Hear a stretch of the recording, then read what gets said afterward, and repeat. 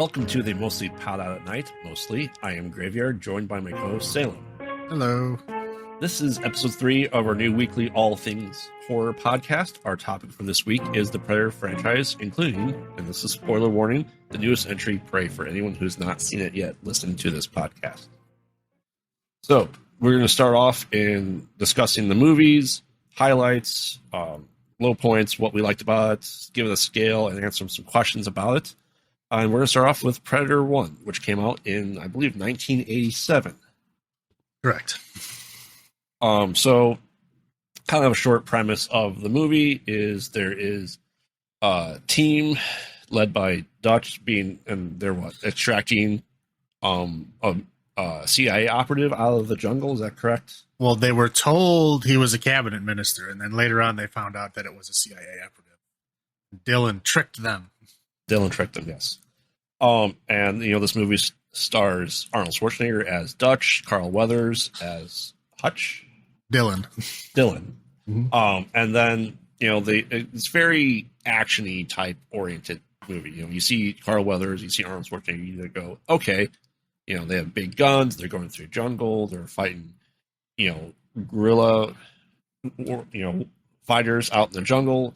Very actiony oriented, I feel, for the movie as a whole in the initial beginnings of it.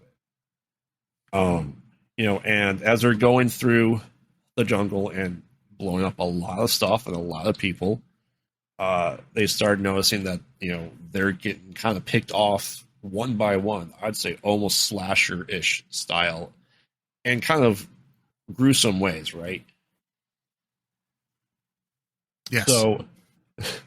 So, and then they're just, you get to see kind of the point of view of, we don't know what it is, right? We see the infrared thermal of it. We see it kind of learning human speech through its heads up display, and everything with there. And, they get, like I said, they get picked off one by one.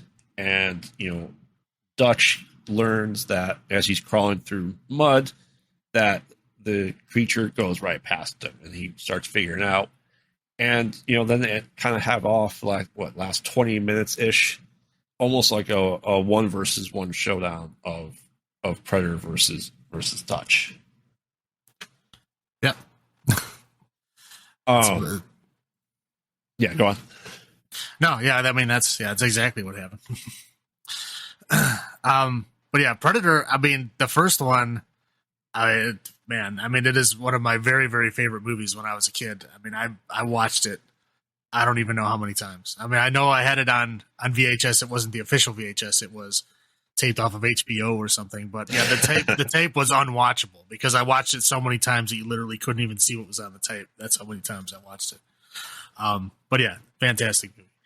No. And when it was originally written, when it was originally being shopped around to try to get support, it was called Hunter, and it was originally the just one-on-one. It was basically, I don't know if the character's name was Dutch, but it was Dutch's character one-on-one with the Predator in the woods.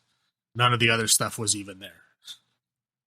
Now, is it true they thought that Sly Stallone was going to be the Predator at one point? In the initial beginnings of it? I don't know if Sly Stallone was in it, but at the very beginning, they did hire Jean-Claude Van Damme. He was supposed to be the Predator, and he was on set. They had a suit made for him. He was on set. He was filmed scenes and stuff. And the original concept was he was supposed to be like an alien, like a ninja alien. Like he was supposed to be very sneaky and very fast. And then basically, if you see Jean-Claude Van Damme, I mean, yeah, he's ripped, right? I mean, this is his prime around this time period, late 80s. He's ripped. Right. But if you put him next to Arnold Schwarzenegger, Jesse Ventura, and Carl Weathers, even with the suit on, he is not imposing at all. I mean, he's just not. So they were already kind of up in the air. They're like, I don't know if this is working. And then Jean-Claude Van Damme was very, very uncomfortable in the suit. Like he couldn't see, he couldn't breathe. He did not know, they couldn't do anything like acrobatic. He couldn't do any of his moves or anything like that. So the alien wasn't coming off as ninja like as they thought. And with him complaining so much, so they just they got rid of him. So he was originally part of it. they fired him. They brought in Kevin Peter Hall, who is just a giant dude. He's like 7 foot, whatever, and he's huge. And they put him in that suit, and the suit's great. Obviously, he could not see in that suit at all, to the point where he had to like rehearse the scene with the mask off so he could memorize where things were on the scene, so that when he put the mask on, he would have to do it blind because he literally couldn't see at all. Well, and it's weird if it was going to be Van Damme in the suit. It seems like just a weird hiding point for him. Like, he was a big star at that point in time. It'd be weird just to put him completely in costume, just to play a role that really had no voice work. It was just motion, right, and menacing intimidation, and it makes sense. Like, why would you put someone so recognizable in that suit, right? Just for that. Yeah, there was a lot of factors in getting rid of him, and him wanting like screen time, and him wanting like screen time without his mask on was another thing. One of the funny thing is the guy who plays the Predator does actually have a cameo of his face in the movie. If you remember the very end in the helicopter, yeah. The one helicopter pilot looks back like, "You guys okay?" Yeah, that's him. Well, I mean, I think that's a very common thing. Like, people that are always under the mask, like Robert Englund did that a lot in Nightmare on Elm Street, right? Whether he's playing Freddy himself or just other roles. Like, he was the bus driver in number 2. He was one of the maniacs in the scene of like the 100 Maniacs. Even Kane Hodder did stuff like that, as Jason, that he would play Jason, no speaking role, but he would cameo as other characters, so his face is seen. I think that's a very common thing for people that you don't get to see their face. Obviously we have a lot of debate now with stuff like that, with Pedro Pascal and supposedly all the stuff with the Mandalorian, and even with Halo, the TV show, people argue his mask was taken off a lot. And you don't really get that in Halo for a very long time in the games. So that makes sense that he would want his face to be seen. Yeah, and it's just a very quick scene. You have no idea who it is unless you look through the credits and see that it is, or you heard the stories about it. I mean, it's not obvious at all. It's just hey, it's a nod to the guy, like, hey, you did a good job. Here's your face. Right. Now, you said you recorded it. Now, did you see it in theaters? Did you just know it was on HBO and recorded it? How did you first hear about Predator as a movie to watch? Well, at first I rented it, and that was just because I was a huge Schwarzenegger fan at that time. I mean, you're talking, I was a kid. What is this, 87? So I was like 9. I was a huge Schwarzenegger fan. I mean, I think my favorite movie for a long time was Commando. And, you watch it now and it's a very cheesy action movie, but, when you're 9 years old in the 80s, it's like the coolest thing ever. So because I love that movie so much, I basically just rented everything that Schwarzenegger was in. So every time a new movie came out that had Schwarzenegger in it, I rented it immediately. So that was where I originally heard it. For me, as you know, I didn't watch a lot of action movies, especially in the 80s. And for the longest time growing up, I always considered Predator to be an action movie because it had Carl Weathers, Jesse Ventura, and Arnold in it.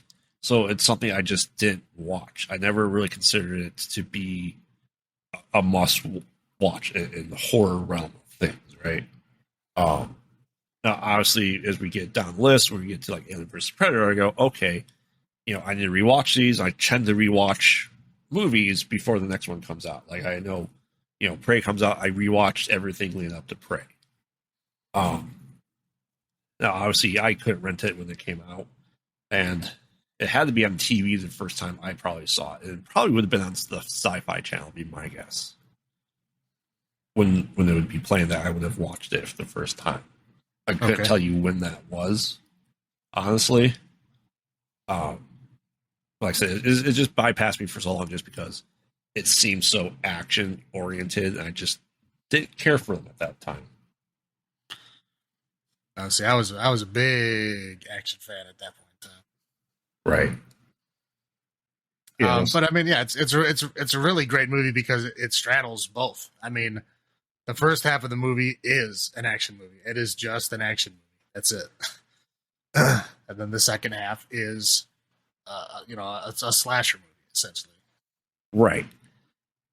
I mean, I don't remember marketing for it or anything like that. I don't know if you do either, but did they give any, do you know of any hints that this was going to be an alien at the end of this, or was it more geared towards action?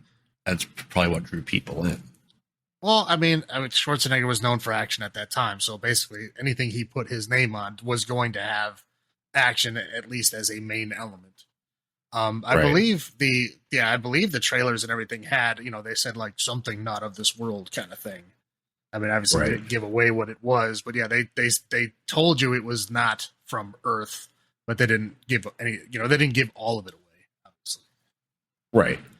And prepping for this podcast, like I said, rewatched all this stuff too very, very recently, as I know you did as well.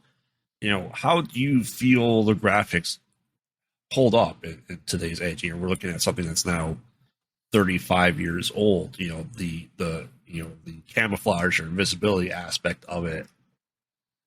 How do you think that went? I mean, most of it, aside like the suits and the, and all that kind of stuff most of it was practical stuff. So it still looks great. I think they did a really good job. I mean, an exceptionally good job with that, the visual, bending light camouflage at that time. I mean, to have like, you see like Dutch's face like through it and all that kind of stuff, having the slightly distorted stuff. I mean, that's like far beyond. I mean, when you see like his eyes flash green, it's obviously old. Like a lot of the electrical spark stuff looks old. I mean, a lot of movies from that time period, the electrical stuff or lightning stuff always looks really old. But I mean, other than that, but it looks great for the time. I think it still holds up now. I mean, it's not distracting. I mean, do you find it just, it's an action, sci-fi, horror that, I don't think you saw many action movies with those sci-fi or horror elements in there for special effects wise, right? It's a lot of explosions and stuff like that, which there is. But when it came to the Predator, when it came to the kills, when it came to hanging up the bodies and skinning them alive, I don't think that was necessarily seen that way in any action movie at that point in time. Maybe some Terminator stuff, but not as much as we got in Predator. Well, definitely not mainstream. I mean, Predator was the first, I want to say, mainstream movie that kind of brought that stuff in, or at least the first one that I can remember. There's a lot of them around that time that kind of tried to follow that same formula. I mean, because Predator was huge. So there's a lot of them that tried to follow that same formula. Like I remember that one with Rutger Hauer.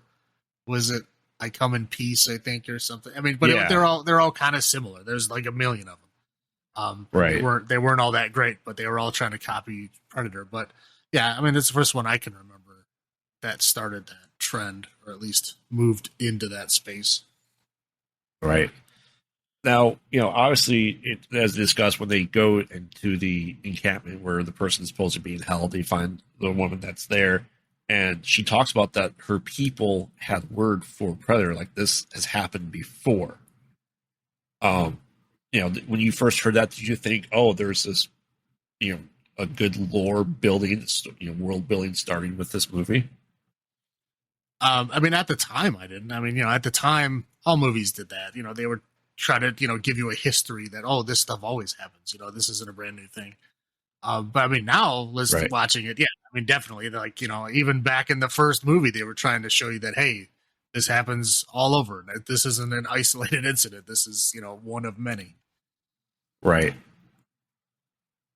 I think is a very, very solid entry into this franchise.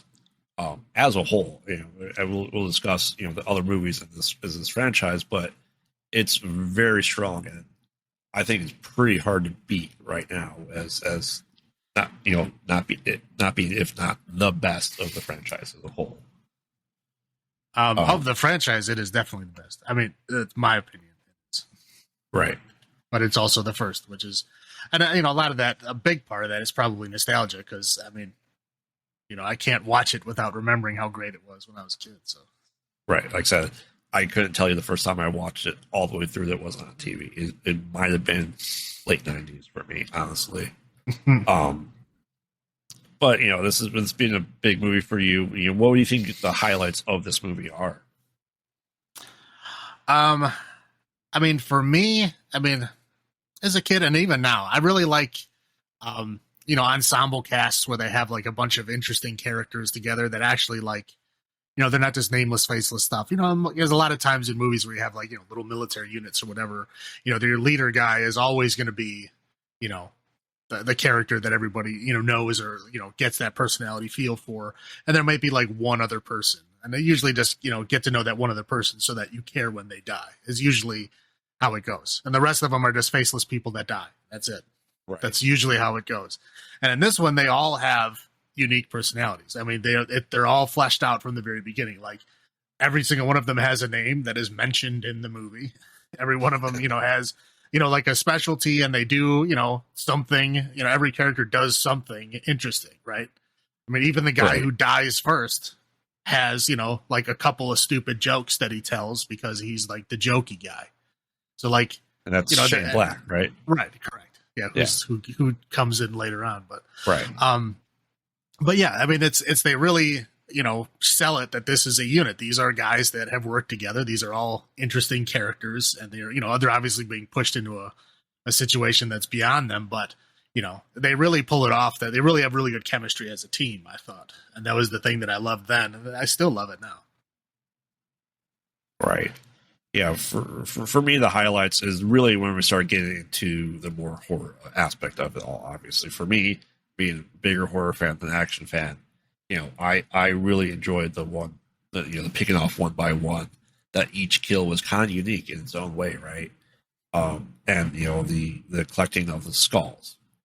Something we could easily discuss for a bit is, what was his purpose of the movie? What was the Predator's purpose of being in the jungle? This one and this movie, the purpose of him being in the jungle is, whether he's been here for a while or whether he just came here and, people were there before. I remember as a kid, I always thought, well, it was just the same hunter that would just come out only when it was really hot or whatever. I think that's what she said. It was, he only comes out when it's really hot. Right. But I didn't really catch on to that, they meant like a different hunter comes every time. But yeah, it's essentially just a hunter looking for the best, specimen, looking for the best human that they can find. And obviously they're killing people and, he's getting trophies and stuff. And he's like, yeah, these trophies are great, but I can get better. And so he just keeps hunting and keeps looking until he finds one that really satisfies that trophy urge that he has. And then he's like, okay, this one's great. Now I can stop. Right. And, it doesn't sound like, in the movie that, yes, there's been other predators or even a similar creature, the same one. It might have been the same one. I don't think we ever know is, when do they actually stop? When did they start? How many people they go through or did they all get defeated like this one did? I can't imagine that. Or would they would have known more about the Predator as a whole, right? Because let's face it, I think he's a sore loser at the end and blows up, right? Self-destructs to. Yeah, that's definitely an element of it. I don't think that was the whole reason why he did it, though. I think more at the end. Because they kind of reflect on that more through the franchise, is that they blow themselves up like that or blow their ships up like that to make sure that their prey does not get their technology. Because so they want it's more of a. So go ahead. I think, yeah. Like I'm assuming you're going to say, like, well, go ahead. They want to blow up the evidence. Yeah, they want to get rid of the evidence of that they exist. Well, that, and I don't think based on how they like show up sometimes, I don't think they're all that concerned about people knowing that they exist. I think they just don't want people having their technology, because if their prey gets their technology and they're on equal, standing, that's going to make things a lot harder for them. Depending on them, some of them seem to like the challenge and seem to like it when it's harder, but obviously they come in with this technology, so they're not like, crazy sportsmen, right? That try to fight bears with their bare hands. If they're not doing that, they're coming in with weapons. But I just don't think they want their prey having their weapons. They want to fight them on their terms, kind of thing. Right. So do you think their hunts are more for the trophy than the best prey? Because they scan Arnold's skull, as we discussed before, that his skull seems to be like the ideal skull that he wants for his trophy case, right? Right. So do you think it's more about the trophy or more about the hunt? I think it's both. I think it's like they have to find someone that fits that perfect trophy, niche, right? But they also want to have a story about this. You know what I mean? Like that's why when he really saw that, Dutch had like the perfect trophy, the perfect skull, that he's like, okay, this guy is worthy of me fighting bare hands, which, I mean, he really didn't. He was using his knife anyway, but right. As close to bare hand as he was, he wasn't shooting at him or anything like that. Like he deemed him worthy in his eyes. Like he actually, stepped up and showed him that, hey, I'm on the same level as you. So now he's going to fight him bare hand, and then now he has a story to tell from this skull, and now he's has something to be proud of, right? Or as you say later in the franchise, looking for DNA. But we'll talk about that later.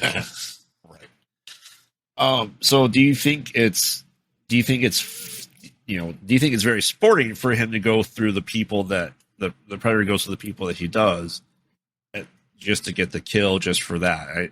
I think it's sporting at the end against Dutch, but anyone in between, I wouldn't necessarily say that, right? Well, I mean, it depends on how you look at it. I mean, you look at hunters in our world, right? Right. I mean, they're going out there with rifles and camouflage and scents and calls and, sonar and game cameras and shit like that. I mean, they're nowhere near even terms, right? Right. I mean, that's just what hunters do. They have tools that help them hunt better. I mean, obviously this is more of a lifestyle thing for them because, like you said, he wanted to fight him one-on-one because this guy proved to be a real challenge. Right. I mean, they're just doing what hunters do. Hunters, go somewhere to hunt something with their tools against, whatever the animals have as theirs. Right. So do you think there are any low points in this movie that you could just go outright ridiculous or just kind of like just seem out of place for you? No, I mean, not really. I mean, if overall this is a fantastic movie, I would say if anything, I think the ending part of it went a bit too long, with like him, the one-on-one kind of thing. But I think that was just the kind of holdover from the original script being just that. Right. But yeah, no, I mean, I really don't think, I mean, again, I love the movie, so I can't really complain too much. But if I had to come up with a complaint, that would be the thing that stuck out to me after the rewatches is them impersonating the human voice, which is, you discussed with hunters, they have duck calls, they have deer calls, stuff like that. So it's very similar to that. Right. It just, with like him, the Predator talking just seems so out of place for me. Speaking English. Well, he really only did one time. In this movie. Yes. In this movie, he did one time. And it was literally him just like repeating back what he just said. He might not have even known what it meant. I mean, obviously it meant something for us watching, in the, cinema world, it meant something, but he was just, mocking back. It'd be like if a duck quacked at you and you quack back at it, Right. So, our rating scheme for these movies, we're going to do, rating scales for movie reviews, stuff like this. This week is going to be trophy skulls. On a scale of 1 to 10, trophy skulls, what would you give this movie for yourself? This movie, in this franchise, I would say gets 10 out of 10 trophy skulls. 10 out of 10? Yes. And it's, I mean, I also love, I just want to add one more thing before we move on, is just how shredded everybody was in this movie. I mean, they are outrageously. I mean, just crazy ripped. Right. And you read about it, and like they got up at like 3 a.m. to work out. They worked out for hours before they started shooting so that they looked as ripped as possible. And that was like, you know, Arnold and Jesse Ventura and, you know, just about everybody in there is shredded. I think the only guy that doesn't take his shirt off and the whole thing is Bill Mack, who plays, Bill Duke, who plays Mac. Right. He doesn't take his shirt off, but everybody else is shirtless in multiple scenes of the movie. I also read a thing about Carl Weathers, who did the same thing. He worked out like crazy too, but he made sure that nobody saw him do it. He made sure that everybody was out of the gym when he went in there because he wanted it to seem like he had a naturally perfect body. Because he saw Arnold working and everybody else working so hard to try to be as ripped as possible. And so he was doing the same thing, but he didn't show anybody else that he was doing it. That's why the one scene where in the very beginning where they like grab each other and they got these like just veins just bulging out of their arms. The meme-worthy photo shoot, yeah. Right, yeah, exactly. That is them basically like trying to one up each other with how ripped they are. Oh yeah. Yeah, which it's just fantastic. It's like one of the rare instances I think of like positive male testosterone. Right. You know, where it actually came to like a good result, you know, instead of the normal bad result. Right. And the only other little anecdote I'm going to put in there before I hand it over to you is that Sonny Landham, who is the guy who played Billy, the tracker. Yeah. They actually, well, there's two things I'm going to put in. One thing is that there's rumors that they actually had to hire a bodyguard for him during the movie, not to protect him, but protect everyone else from him. Really? Yeah, because he was apparently very, very unstable on set. And there was people that were concerned that he was going to do something bad, so they did that. And another little thing is he tried running for governor of Kentucky because he thought that he would, you know, that because Arnold and Jesse Ventura both won that he had a shoe in. Interesting. for doing it. Yeah, obviously he failed. And the other thing is that the scene where he's standing on that branch and he like cuts his chest. Yeah. They've actually said, like, you know, people that are like, you know, canon in there is that he was a direct descendant of the native people in Prey, and that he was living out a past life of one of those ancestral characters. That's why he did that. Interesting. Yeah. I just thought that was interesting. But yes, 10 out of 10 trophy skulls. On to you. Oh, I mean, in this list, I think I like one or two other movies almost as good as this. So I might have to give this a 9 of trophy skulls for me. Just because it's so action oriented. You know, like I said, so 9 trophy skulls for me, 10 for you. And, you know, here's the question. Is it horror? See, it's a good question. If you would ask me if the second half is, I would say definitely. It's like kind of textbook, like slasher, right? You know, right. One at a time being picked off kind of thing. But the first half of the movie, up until, you know, the first death of the team, it is an action movie. It is that's all it is. It is an action movie, you know, with, you know, the predator lurking around, but, you know, he doesn't, you know, take any part in it until after the action part is over. So there's really 2 parts of it. So yes, the second half is horror. The first half is action. So is it all horror? No.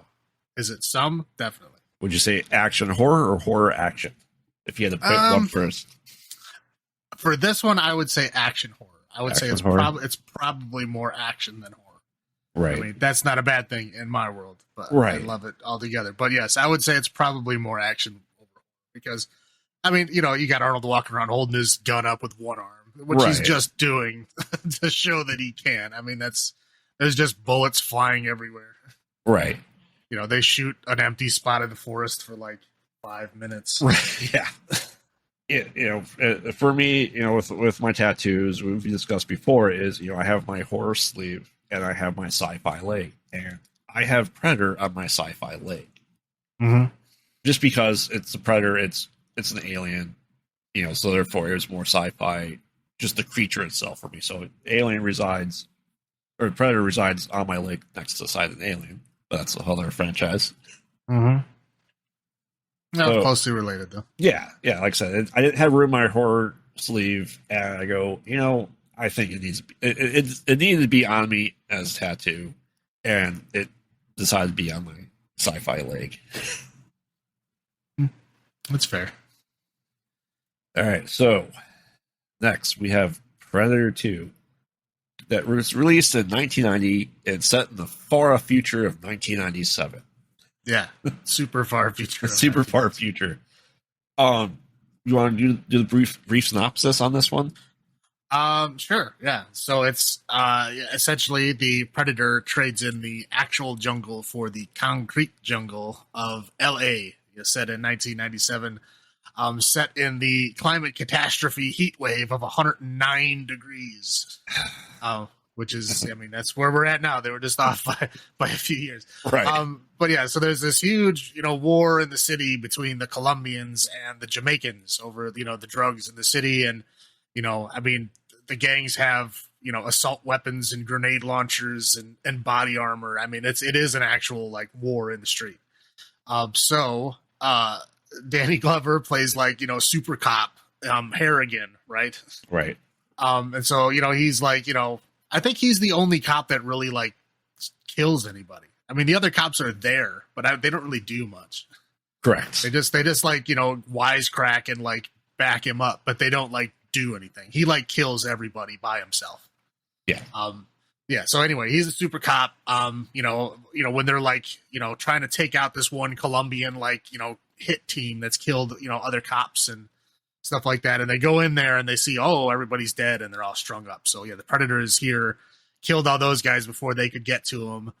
Does the same thing to the other side. There's a couple of these, crime scenes, where people are being strung up and skinned and, but essentially they're saying that, this thing is attracted to the conflict of it. Right. So they're trying to investigate, trying to know what's going on. Danny Glover eventually like asks for a meeting with the king of the Jamaican, King Willie. And he tells him it's, a monster from the spirit world, and then he gets killed.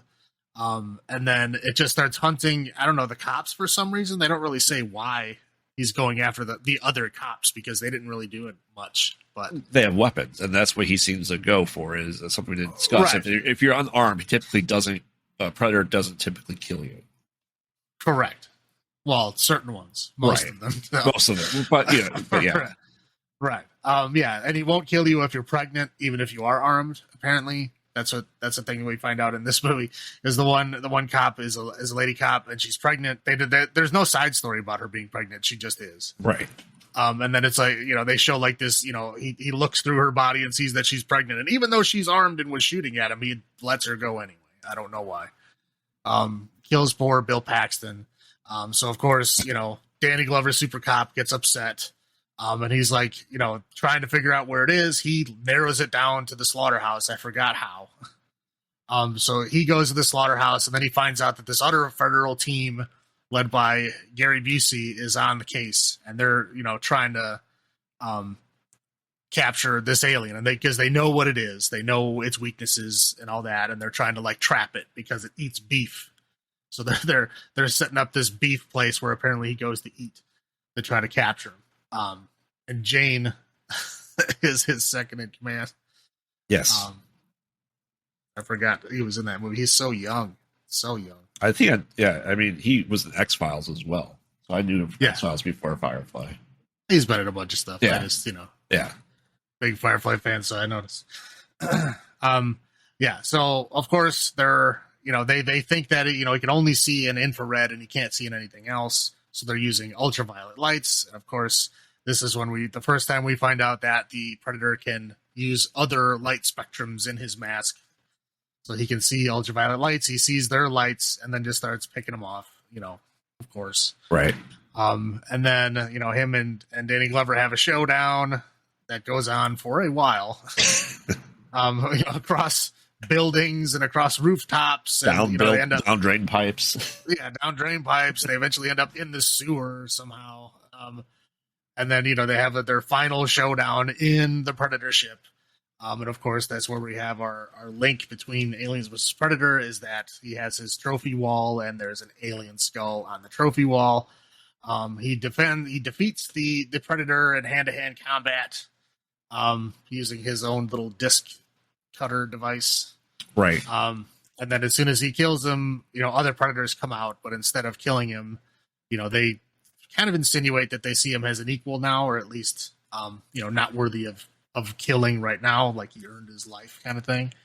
And they toss him the gun, which is, it's his Raphael Andolini 1715, showing that, they've been coming here since at least the 1700s. Right. And then it ends. Now, what,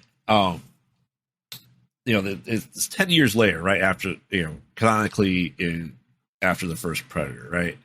And they have, I don't remember her name for the first one. They have her talk about the events that happened. There's like a little voiceover, I believe, on a tape of the events. And Gary Busey talked about, and was boggling my mind about this movie was, they said it was like leveled 30 city blocks with the detonation. Yeah. There's no way Arnold outran that, first and foremost. Okay. Did you see his legs in that movie? I mean, he could have probably Hulk jumped that. But no, there was scenes of her in the movie that were they were cut out. They were deleted scenes. But the same actress came back, right, and did a few scenes. And one of those scenes is still technically in the movie. I guess if you look at when they're in the van, like reenacting that alien scene where they're watching them all die on the cameras. Yeah, it's literally like the same scene from Aliens, like correct. The whole "give me that," Yeah. Oh, can you hear me? Shit! It was like literally the exact same scene. But apparently, if you look closely in that scene, there is another camera of showing an interrogation room, and the person sitting in the interrogation room is her. Right. So she's still technically there, but all the voice roles and everything that she had, they cut out. Right. So for this movie, obviously, in the movie world 10 years later, when you first saw this and you heard that, did you think that implied that they only came every 10 years? Or do you think there's a constant stream of predators coming to Earth? Because if there was, the FBI or CIA would know more about them. But all they had on record was the 1987 events, I believe. Well, yeah, that's the only one that they said that they knew, or at least that's the one where they got the most out of it. Right. And to be fair, before the 80s, we didn't really have the technology to be able to explain or say what that was, or capture it in any way. So I don't really, so before that, they might have been coming for a long time. I just don't think that we had the technology or the methods to say it. Because, just some crazy guy saying, "Hey, I saw an alien," they're not going to believe you. Right. But as technology gets better, you can explain things, like bending light. Like, okay, we understand what bending light means, so you could, you're invisible. But somebody in the 50s would have no clue what you're talking about. They would have no idea what that means. Right. So I believe this is the first time we actually get the name The Predator, right? Isn't that what the agency gave it as a name? The first one, it was just called Predator because it sounded cool. Right. As my guess. But yeah, to it being referred to as The Predator, yeah, I would say that this is the first one. That makes sense. Yeah, as you said, they went from the jungle to the concrete jungle. Mm-hmm. And obviously, this came out during the LA riots and stuff like that. And there was just so much shooting, I think, in the first 20, 30 minutes of this movie, right? It just seemed like it was like a war, but in the city. Very exaggerated. Yes, very much so. And there was so much additional blood and so much additional just crazy nudity and stuff that it was originally an NC-17 movie. Right. And they had to like cut stuff out of it to bring it down to an R rating. Like that's how crazy it was. Right. But yeah, I would say like it's bordering on like ultra violence, just how like crazy over the top it is. Oh yeah, the room they went into with the Colombians was just smeared. Yeah, and then the guy's penthouse suite, right? Right. They just rampaged through. Right. And so, do you feel, what introduced you to this movie? Did you know about it coming out, and were you excited when you heard about Predator 2? I was very excited when I heard it was Predator 2, and I was very confused when it was Danny Glover, not Arnold Schwarzenegger. I was like, how do you have Predator 2 with a different character? Because Danny Glover, I knew at that time, was the guy from like Lethal Weapon. Right. And it was like, I saw him as more like a comedy guy. And I was like, why would they put like a comedy guy in this action movie? But I mean, obviously the first scene kind of throws that out the window because it's just such crazy violence. And he's the one that like kills all the people. You know what I mean? So, right. I mean, that kind of like blew out of my head right away, but I was very, very confused at the time. So I didn't see it in the theater or anything because I was just upset it wasn't Schwarzenegger. But I watched it. I wasn't upset to it. I mean, it wasn't nearly as bad as a lot of the other like sequels that came out in that time frame because, I mean, wow, there was some really, really bad sequel movies. I mean, really bad. Right. But it was the same writers. I mean, it was the same, the Thomas brothers with the same people who wrote it. So at least I think that's why it was able to keep a lot of its like continuity between the first and the second, was because it was the same writers. So it's like they knew what they wrote the first time, so they knew what to write, the second time. And I believe Shane Black was a script doctor for both of them too. The first one I know he was. I thought he was for the second. He might have been. That I don't know for sure. The first one was funny because McTiernan, who was the director of the first one, who's a very, very well-known action director from that time, one of the best, right? Yeah. But that was like his first movie. And everybody was very, very concerned that he was not going to be able to do it right. So Shane Black was put on the movie not only to act in it and not only to be a script doctor, but also to keep his eye on McTiernan. and he was supposed to report back to the studio if McTiernan looked like he wasn't cut out for it, if he wasn't doing well.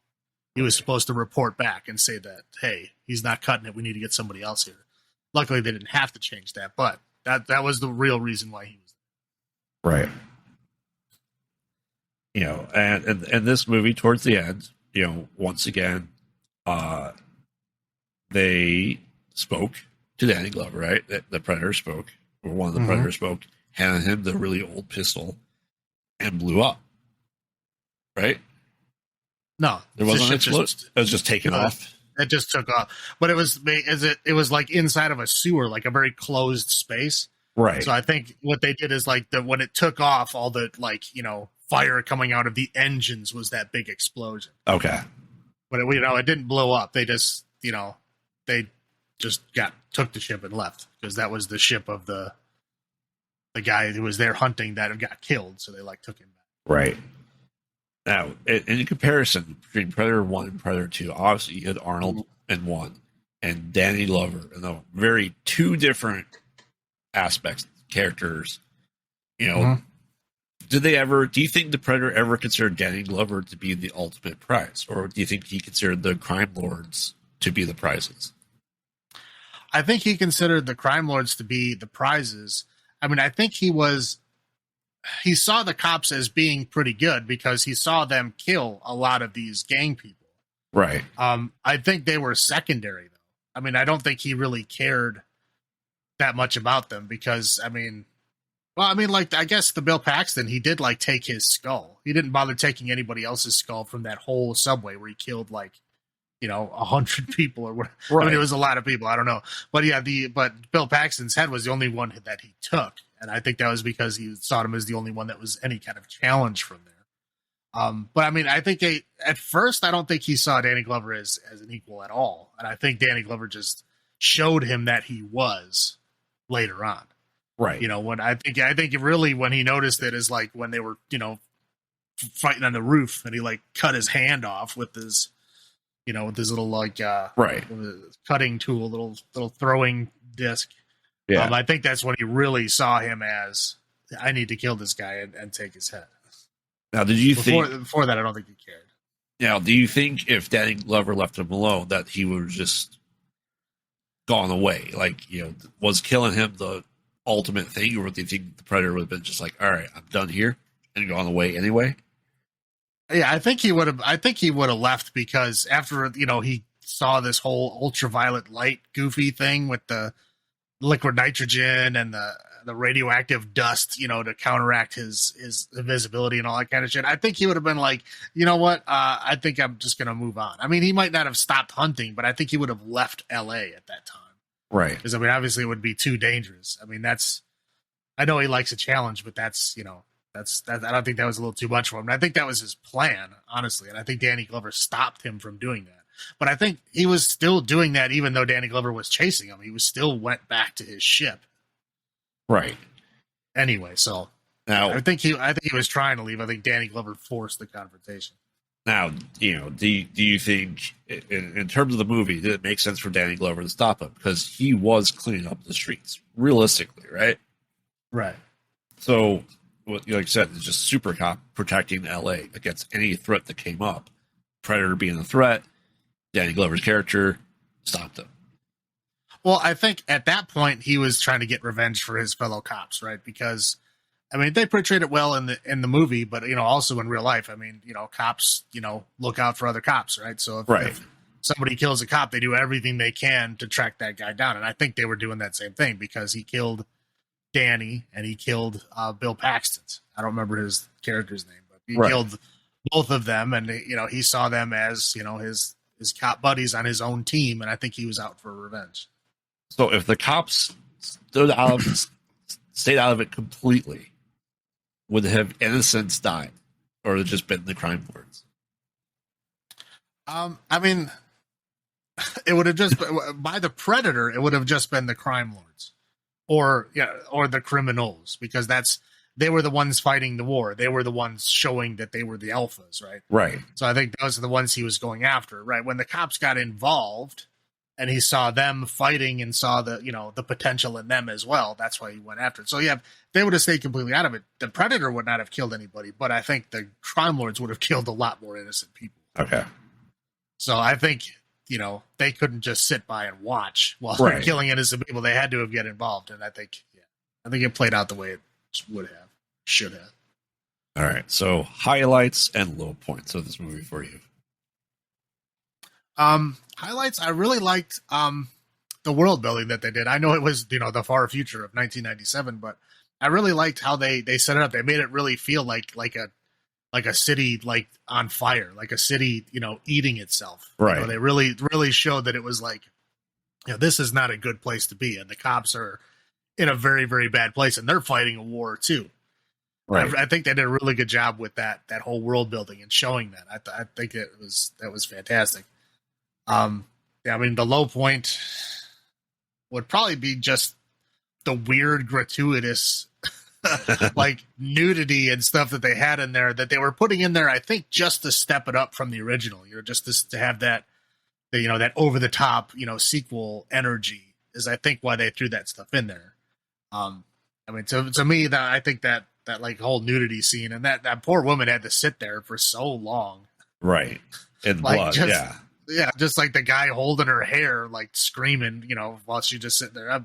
Anyway, I thought that was a low point. I thought it was pointless. I think they could have gotten their point across without doing that. But again, it's 80s movies. A lot of times they like to show nudity because they can. So. For me, the highlight is the subway scene. It was very, very horror, I think, with everything, with the tracking through the trains, the flashing lights, it being dark, and just the way the Predator was taking out people, especially Bill Paxton's character, right? Right. I think that was the most horror that we got in like the sense of horror, not just action or violence, but horror, like not just shooting, right? Right. It was a really cool scene, like when they were chasing him down the subway, and he had Bill Paxton body, and he just like ripped the skull and the spine out of his body and just like tossed the body aside. Yep. That was it was a great kill. It was a fantastic kill. That was good. Low points for me is kind of the ending, right? I mean, we got it's probably not necessarily the film's fault, but it might have been because we didn't get more Predator until you would argue Predators, but we have Alien versus Predator in the middle. Like, it kind of stopped the franchise for a long while. And I don't know if it's because it was so out of place and maybe people didn't get it. But like I said, the ending just showing, hey, there's other Predators, and they had like set up the tease of Alien versus Predator. And, at that time, there had only been 2 movies each. I don't think we were ready for, them being pitted against each other at that point in time. No, not at that time. Interesting enough, Predators was Robert Rodriguez was a big part of that. They approached him to write and move forward with a Predator sequel in the 90s, and he wrote Predators in 94. Okay, that should have been the next sequel, and they just didn't greenlight it at that time. Now, the funny thing is, they greenlit it 15 years later as is. Okay, so they didn't change anything. They didn't have him redo it or anything. They just greenlit his 1994 script and moved forward with that. So they had to make changes because of the time and everything. But right, that Predators was supposed to come out in 1994. Or probably filmed in 94 and right. Came out in 95. But yeah, it got held off for 15 years because of who knows why. Right. And something I want to point out for my childhood is I don't remember Predator coming out. Predator 2, all of a sudden, there was Predator action figures, toys, and aliens prepping for this Alien versus Predator hinted. Between Predator 2 and Alien 3, all of a sudden, we had kids' toys, which I found very odd because I knew a lot of them. I was born in the 80s, 84. But when Predator 2 came out, all of a sudden there was action figures that people I knew growing up, people had, not knowing the movie. It was just sci-fi action figures that people liked. Yeah, well, they also went in a lot of wacky directions too. They had a lot of aliens of different animals. Right. You know what I mean? So they had rhino alien, elephant alien. They had all these different ones, and then they had the same ones. Only these ones are glow in the dark, see through ones. Right. They just released the same ones. I remember those a lot too. Yeah, they weren't really attached to any particular movie or anything because most of those figures didn't exist in any film media at all. They were just toys. Right. I think the Predator glowed in the dark, or I think one of them you're able to look through the visor. Mm-hmm. Yeah, they had all a bunch of different ones. Yeah, there was aliens ones, there was Predator ones. It was definitely a big joint thing. But yeah, most of the stuff was figures and toys. Right. Well, there was also the Aliens vs. Predator video game, the arcade game, which was, I loved it, but it had nothing to do with the canon of the world. But it was fantastic. Dutch was in it, but he had a robot arm for some reason. Right. And then he had a little Japanese girl sidekick for some reason. But it was a beat 'em up. It was beat 'em up. Yeah. The beat 'em ups had nothing to do with most of the stuff that they did anyway. Right. All right, so number of trophy skulls for you for this movie. Predator 2, I will give 7 out of 10 trophy skulls. I'll agree. I will also give it 7 out of 10. It's a solid entry. Not as good as the first one. Next question is it horror? Again, I think it follows the same formula the first one does. Is that, although I think this one would probably be even more action than horror because most of it is just shootout stuff. Right. But it follows the same thing. Half the movie is action, half the movie is horror. But I think the element of being picked off one by one is a little bit less in this one. Right. It's more they just have set pieces where he goes in and just kills a shit ton of people. but it's not really like picking anybody off one by one. I mean, they kind of do in a little bit, but it's like they're so close together, I don't think it counts. Right. So yeah, I would say it follows the same pattern as the first one, but I'd say this one has a bit more action than the first one. I agree with that, but I think the kill scenes were more horror in this one than the first one. Yeah, they were definitely more violent. Yeah, they were definitely more bloody and violent. Well, because a couple people just got shot by his shoulder cannon, which is, action, not necessarily horror, right? Mm-hmm. All right, so next, canonically, we have Alien versus Predator. I know we can discuss a whole bunch about this.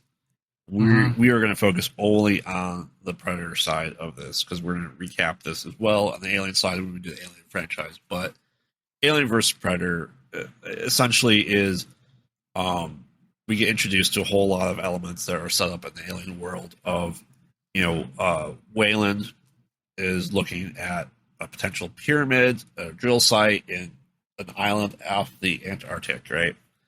Mm-hmm. And, so they get a whole bunch of research people. They get the greatest ice climber in the world to go there, big drill team.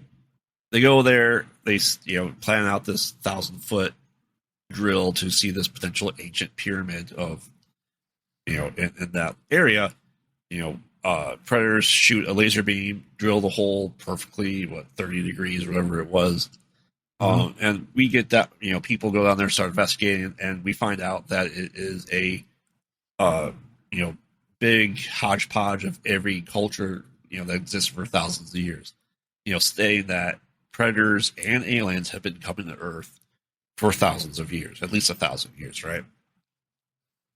And in this, we learned that, the predators are using this base to lure humans in there, get, face huggers attached to them to create aliens because they are considered then the greatest prey that the predator can hunt. So predators are using humans as incubators to create their greatest adversary at this point in time. And just kind of, I think it's very more alien than predator side, but we found out in this movie that these predators are teenagers and they're going through a rite of passage. The rite of passage is to get their shoulder cannon, right? And just kind of just a showdown between aliens and predators if humans just happen to be there, just to be the host for the aliens, right? Right. Pretty. I mean, what were your expectations going into this movie when you first saw it? Expectations. They weren't very high. Most of the time, when movie studios, they combine two things together, they usually combine the worst elements of those two things together, and they usually end up being terrible. So I was very, very skeptical about this movie coming in. Again, I was just worried about it. I mean, the previews looked okay, but again, there's, you could tell there was a lot of cheese behind it, Right. I was just hoping it would be the good kind of cheese and not the bad kind, but, I was very, very hesitant. I mean, it ended up turning out okay, but. Yeah. I mean, it was my first Alien or Predator movie in theater for myself. Just because, first one before I was born, second, Predators wasn't old enough to go see it in theaters. And, I had, like I said, I had watched this stuff beforehand, and I had decent expectations going to see it. It was two franchises that they had previously set up in Predator 2. And I think it made a lot of assumptions. It changed, I feel, in my mind at that point in time, and the rewatches, tried to change the reason why predators were on Earth, right? In the predator aspect, they said that the alien xenomorphs are their greatest hunt, which kind of, I feel, dissuades or nullifies the first two Predator movies. What do you, or do you view it as, this is the rite of passage for teenagers, and then when they prove themselves, then they go after man? Like do you say that aliens are more of a weaker species? That's why their teenagers are using it for the rite of passage, and then they become the great hunters in their society. Well, I mean, I think that the aliens, I mean, the xenomorphs are supposed to be their ultimate prey, but what this test is supposed to be, I mean, this is, like you said, teenagers trying to pass a rite of passage. This is supposed to be a very controlled environment. Right. So yes, they're hunting the ultimate prey, but they're hunting a limited number in a very limited area, in an area that they know and that they can control. And the aliens are freshly born, right? So they're very new to this, and the predators are hunting them on their own territory with better tools. Again, there's 3 of them. There was only supposed to be a total of 7 aliens, and that was supposed to be it. There's glaring plot holes here. I'm going to try to stay away from the aliens side of these plot holes. Basically, I'll just sum it up saying the alien side is just a timeline issue. It's just they changed the canonical timeline for when things are born and things progress and things age. I'll leave it at that. Right. Now the Predator one, I think there's some glaring plot holes here. Is that I do kind of like the way that they say, oh, in the ancient world, thousands of years ago, predators were here and humans knew of them, right? Right. And they kind of worship them as gods, but more of just like I think the upper echelon of their society, right? That's kind of what it seemed to be. So like when they asked them like, hey, we need you to sacrifice yourself so that we can hunt, because this is our thing. This is how we get better. This is how we distinguish ourselves, as hunting this ultimate prey.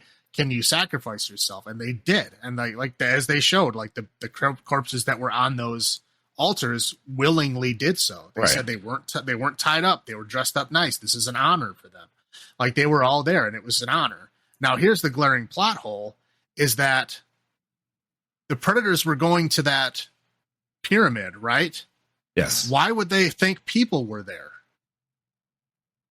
How are they going to hunt any aliens? This is in the middle of Antarctica. People aren't even supposed to be there. The best guide in the world was telling them they can't make it there because it's such a hard journey. Why would the predators, where are they going to get the people to put in there? Because the way they act, like the last time was, in the universe time frame, this is 2004, right? And the last time was 100 years before that, when it was the whaling station. So they don't go there, and it's only every 100 years. Well, were people in Antarctica in 1804? 1804? I don't think so. Right. I think the big Antarctic expeditions were in the late 1800s, early 1900s. Right. Yeah. So the whaling station is even kind of pushing it. And if you look at the whaling station, there's a lot of stuff there that was way later than 1904. Right. But like a lot of that metal work and stuff like that. That stuff was not like that in 1904. But whatever. That's just a nitpicky thing. I mean, I guess they could have been like, oh shit, there's no people here. I guess we'll have to go find some. I guess they could have done that. In my mind, it was very convenient that the people were there and the people got trapped in that room when the eggs were ready to go. It was just very coincidental, convenient for me. I guess it was just done to speed the plot along, but I thought that was a pretty big plot hole that they came here to do this whole thing, but they didn't have any people to be ready for it. Well, I mean, if they're that far back, 1,000 years, people 1,000 years ago were not going to Antarctica. It's not like the island was that much closer to land at that point in time. Yeah, but they also talked about in the movie that, and it actually is true, is that ancient maps show Antarctica as being green. Right. So what they were trying to insinuate is that this great civilization of the predators was probably on Antarctica before it froze over. Okay. And that's why no one has found the evidence of it existing, is because it's, like they said, whatever, 3,000 meters under the ice. Right. I think that's what they didn't explicitly say that, but I'm pretty sure that's what they meant by that, is that this great civilization that failed because obviously they showed, the pyramid getting overrun by, it looked like hundreds, maybe thousands of xenomorphs. So they just set off this huge nuke to kill them all, and then that kind of killed their whole, party on Earth. So then they just left, and then apparently they just came back every so often to hunt. And yeah, I think if the humans would not have gone in there and messed around with that pyramid, I think everything would have been fine. Right. They would have gone through their rite of passage as it was, but the humans went in there and they were looking at stuff and they opened up that sarcophagus and they took out the guns, the shoulder cannons, and that started the whole game, right? That started the whole game. So the predators weren't even inside the pyramid at that point. So they're already down because what the plan was, they go in there, they get their guns, they put the guns on, they get ready, and then they go in a controlled environment. Because it was shifting around so that it would trap the aliens in certain sections. Right. So that they can now go in there and hunt. But again, there was only supposed to be 7 of them. And there's a team of like 20-ish? Well, yeah, it was it very quickly got out of control. And it was way more than they were expecting. And they didn't have the weapons that they were supposed to have to fight them. So these guys were supposed to go there to learn how to fight the aliens with these shoulder cannons. And then they ended up going there to fight way more aliens than they expected without their guns. So they were like essentially fighting them with hand weapons, which, I mean, they did pretty good. I mean, in the beginning, they were not doing well at all because like one alien killed 2 of them immediately. Right. Like the first fight they got into, one alien killed 2 freaking predators. And then the third guy was obviously good enough to keep going. But yeah, so 2 of them failed immediately. But yeah, so I mean, I think they would have been fine. It would have been a normal rite of passage. I think everything would have been under control and they would have made it through if the humans didn't, set the thing off early and mess everything up. That's why everything got out of control. That's why everybody died. Right. Do you think it contributed in any way to the Predator lore? Or do you think it gave us more insight into their society, seeing that they had different passages? They had like a teenage passage and they had proving grounds of leading up to hunt humans and other species. I mean, yeah. I mean, they kind of. Well, I think they did expand it. I mean, it did add something. I'm just saying that I think the big expansions happened at the very end of Predator 2 when they showed that the aliens' skull and a skull of all these different animals, showing that this isn't just Earth. They do it everywhere. They do it all over the place. So, like, at that point, we already knew they go everywhere. They've been doing it for a long time. They kill all these different things and take trophies of them. So we already knew all that kind of stuff. It just adds some flavor into, the rituals of them. Like, they are stable enough to have, like, some kind of culture, right? Some kind of, like, they had a pyramid, a home kind of thing. Well, they're a warring tribe, right? Like, they're like equivalent of the Spartans, I would say. That you assume every predator's that way, but it's not necessarily the case. We don't necessarily know that, but they are. Well, I mean, they pride themselves on their fighting skills. Well, again, and that would be like us running through the forest as aliens. Picture we're aliens from another world, right? Yeah. And we come to Earth, and we're running around in the forest, and the only run-in we have with native people is a bunch of hillbillies with guns in the woods. Right. Like, to us, that's what all humanity is hillbillies running around in the woods with guns, right? So we leave the planet going, wow, those guys suck. All they want to do is kill everybody, Right.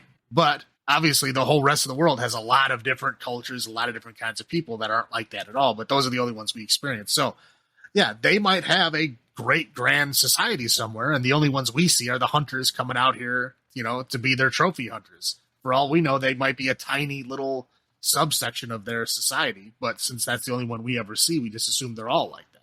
Right. So, yeah, who knows? I mean, it does bring a grander picture into it, especially at the end with, like Grandpa Predator coming out. Right. Do you think it was worth the 14-year wait of the setup from Predator 2? No. No, definitely not. I mean, again, it's not bad. It's not a bad movie. I don't hate it. I don't dislike it. I would say it's very average. It's just, like some of the places it went to, I was just kind of like, I don't really like that. But, some of the places it was interesting. It's like, they're trying to fill in gaps. They're trying to do interesting things. Again, I just have problems with. Well, then let's get into the highlights and low points for you of this movie. Predator side. The Alien side's a whole other can of worms. Predator side, the high point would be, that we get to see a little bit of their, culture. We get to see that they have like rituals, and these rituals are like thousands of years old, right? For these, younger predators to like, earn their chops, right? To earn their weapons, to earn their place. Coming of right? age story. Right. Yeah. So like, they get to like, so we show that they don't all just, hey, here's all your weapons, go out and hunt stuff. No, they have to like earn it, So there's obviously levels. There's obviously a hierarchy of some kind. I think that's interesting that it, fleshes that out and gives you a lot of flavor into, how they earn it and how they work. That there's, not necessarily honor, but some kind of sportsman like, right? Yeah, something, right. I think that's interesting. As far as the low point, I would have to say, because it's Paul W.S. Anderson, the way that he just kind of he takes something, right, and he's not necessarily pushing it too far, but I think he pushed it way too close to that line, to where I think he took too much of that franchise that he was like, he thought that he could control, like the Predators having a whole civilization here thousands of years ago. You know what I mean? Like that whole kind of thing. Like I get it. I just don't think it was necessary, and I don't like the way that he did that. So I like part of it because I like the ritual part of them earning it and them hunting, especially the hunting the aliens, their ultimate prey. But I don't like the way that he went all the way back just to have a backstory. I don't think it even needed that much backstory. Right. But I just felt like he took too far of steps in that franchise to make it his own, and I don't think it was necessary. Yeah, highlights for me, the lore. I love good stories. I love lore. I like the world building. And that part was good for the Predator side. I think the low point is, quite honestly, I don't feel like. I guess there's precedent for it, like Danny Glover being accepted as a part of the Predator clan, and the woman who's left alive at the end, being initiated into it. But I just don't know if I have ever seen the Predator as an ally of humans. I know they were fighting the enemy of my enemy, but I don't see any reason why necessarily, even when things got out of hand, that they would have kept any human alive. Because any alive human is going to be able to potentially be a host, create more aliens. So I think they would have killed any alive human to stop that from happening. And that's fair. And I think, and most of the franchise, really, they do that. Even when they're fighting aliens and doing other things, most of the time they just at worst ignore humans, right? Just like, I don't care, you're useless, you're not going to help me, just get the hell out of my way. Right. Sometimes they get in their way and then they just kill them and brush them aside, because they're just in the way. But like otherwise they'll just ignore them. They don't care. That's not the purpose why they're there. And this one, I think the only reason why he actually cared, because the first time I watched it, I didn't get it either. I'm like, what is up with this? But this one, I didn't really catch it because they don't really force it. Usually they force those kind of things, but they forced it is that she saved his life. Right. Like he was going to be killed by that alien. Like he was going to be killed. If she didn't come by and stab it with that spear when she did, he would have been dead. And I think he recognized that. And I think that's why, obviously he didn't give her any of his weapons. Right. He didn't think of her. He didn't think that well of her, but he was like, okay, here, I'll give you a chance. Right. I'll show you that, this head works as a shield because you don't get burned by the acid. And then, here's a spear made out of its tail. Good luck. You know what I mean? Like, he didn't really, like, actively try to, like, fight back to back with her or anything. I think he just respected her enough that, she saved his life, that he was like, okay, I will give you a chance. Do you think that goes against their code? Do you think that goes against their thing? Because when they're in that state of loss, I think what they would have done is detonate and just blow it all to hell. And damn if she was there or not. Yeah, but not yet. But again, knowing the ending, they knew that all those grandpa aliens or the other predators were there. Yeah. They knew that the shit was not going to get that out of hand because they were being watched. So by blowing that shit up, he's just going to kill everyone and everything. And then he has no chance to get out. I don't think he ran out of chances to get out until he was literally right next to that fucking ship. Like, that's when he finally got, you know, the stab where he was like, ah, shit, I'm dead. But at that point, he was literally right next to the ship, and he knew that. Okay. Because in his visor, he can see the ship. Obviously, we didn't see through his eyes, so we didn't know that. But he knew the ship was right there. It sucks for him that he died right next to it. But, I mean, I don't think he had to blow anything up because he knew he was right there. But I think they set the precedence before is that when, you know, the humans show themselves as worthy, you know, whether because, you know, in Predator 2, Danny Glover showed himself as worthy by killing the Predator in hand-to-hand combat, right? Right. That to them is at least worth something. So they go, you know, here's an old gun, right? This is a trophy that I took, you know, you can have it now. And I think this one was, you know, because she killed an alien, and also she killed an alien in defense of that Predator, he gave her the mark. Right. On her cheek. Now, when that grandpa Predator saw that mark on her cheek, obviously he knew that other Predator gave it to her because, you know, she doesn't know their language. She doesn't know what that means. Right. So obviously she was marked, which means that she followed the rituals according to their code, which means she got out. Passed. She did what she was supposed to do. Right. That's why he gave her the spear. Right. She passed the coming of age Predator test. Right. Exactly. Okay. And, you know, obviously she didn't come out with the shoulder cannon like she was supposed to, but because of, you know, they respected what she did, they gave her the spear. And they obviously didn't take her with, so they don't like her that much that they're going to take her with her or anything. But they respected it. You know, that's their level of their code, and they left. All right. Well, for you, how many trophy skulls do you give this one? I will give this one 6 out of 10 trophy skulls. 6 out of 10? Yep. I'm gonna have to go with 7. I liked it more than Predator 2, quite honestly. Really? Okay. Yeah. Well, on average, I'm the same. Let's go with the same. I gave them both 7s, right? Mm. So the question is it horror?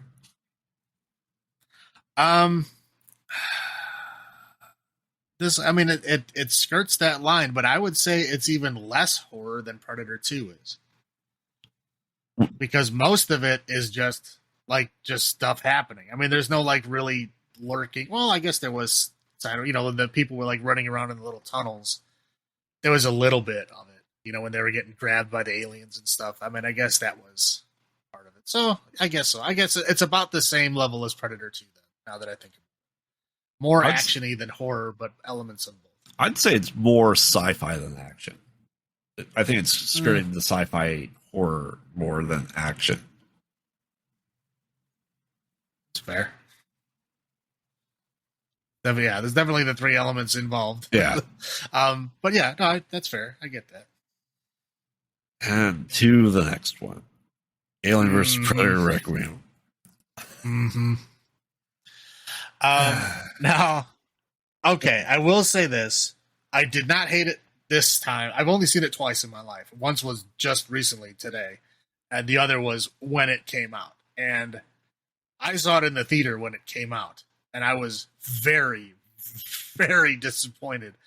And then I didn't watch it again. I tried to purge it out of my mind, and I didn't watch it again until today.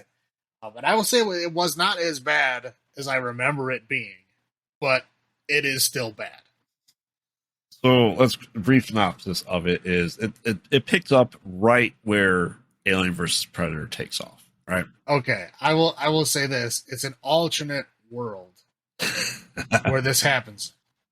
Okay, because I'm sorry. I'll let you continue after I say this. At the very end of Aliens vs. Predator, the grandpa alien hands her the spear. They get in their ship. They fly away. Right? How many Predators were there? Like, I don't know, 15 maybe. Oh yeah, there's a bunch. There's a lot, right? And it was a big ass ship, right? And they brought that body onto that ship. That ship. We saw it happen, right? And then we see the doors closed. Yeah. Doors closed. It takes off. It goes into space. Now, 2 literally uses the footage from the first movie to show that that ship is in space. Now, how many people are on that ship now? Isn't it just one? Yeah, it's one person. There's one Predator and the dead body. Now, where those other 15 people went, how did the ship shrink? Because it shrank. Right. It was a giant ship, and now it's a tiny ship. So, like, yeah, whatever, you know, of course, even though, okay, there's so many things that upset me. I'm going to, do you want to just go through this first? Do you want me to just continue complaining, or do you want to go through the synopsis first? We can go through the quick, stupid synopsis of this horrible movie. All right. So obviously, end of Alien versus Predator. You know, or he gets the face hugger on him, and we get the last scene is the chest burster, right, coming out of the Predator, and there's a couple alien Predators on the ship. This new hybrid Predator, alien Predator, if you want to call him. I think it's called the Alien Predator at this point in time, right? It's called the Predalien. The Predalien. That's literally the name of it. Wow. It's the Predalien. Wow, that's really dumb. Yeah. So it emerges very Predator qualities to this alien, which we can discuss with the alien thing. The aliens take over the shape of what they hatch out of, essentially. Yes, it does have dreadlocks. Yeah, so it has the face, right? Mm-hmm.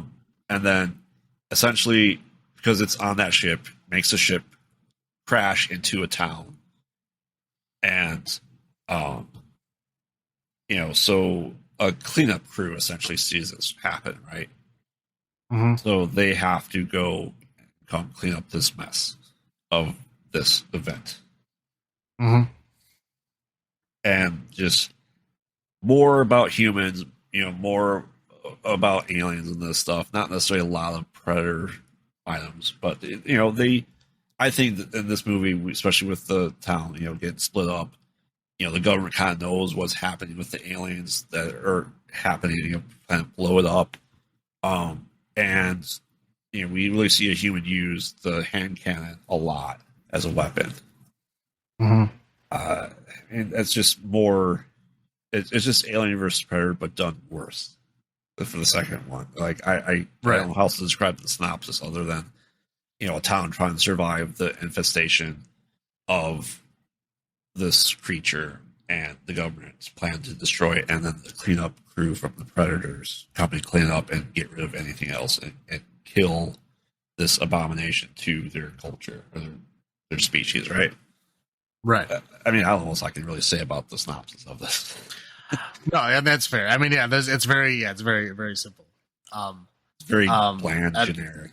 Right. And then, okay, now I'm going to start complaining more. Now, so my first issue is obviously the ship is like they didn't understand the ship. I mean, there's very clearly at the end of Aliens vs. Predators, a lot of Predators on this ship. It's a big ship. Right.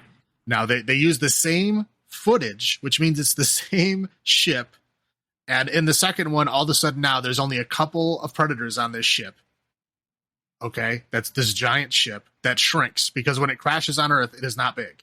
It's a little. It's like one of their normal size ships, which is a single person ship. So I don't know. Again, just completely, broke the continuity there. 2, they already established in the earlier movies that they have X-ray vision and can see when an alien is inside of someone. Yes. Okay, so why would they leave a Predator's body that has an obvious alien inside of it when they can scan it very easily and see that in the open with no one watching it? I mean, they know this animal. They hunt it. They know everything about it. This is one of their major things that they hunt. It's a ritual. It's the coming of age thing, all that kind of stuff. Why would they make that huge mistake? That doesn't make. They should have spaced it. Space the body. Or put it in a jar. I mean, anything. They could have done anything except they left it on a table and walked away. Like literally, it's on a table in an open room. Like there's not even a closed door to where it is. It's just open hallways. It's stupid, ridiculous. So yeah.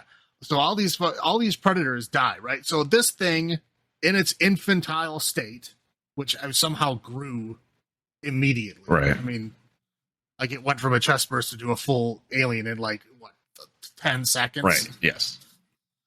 So obviously we have the same problem as the first one, only more amplified, to where they don't understand the timeline that's supposed to be involved.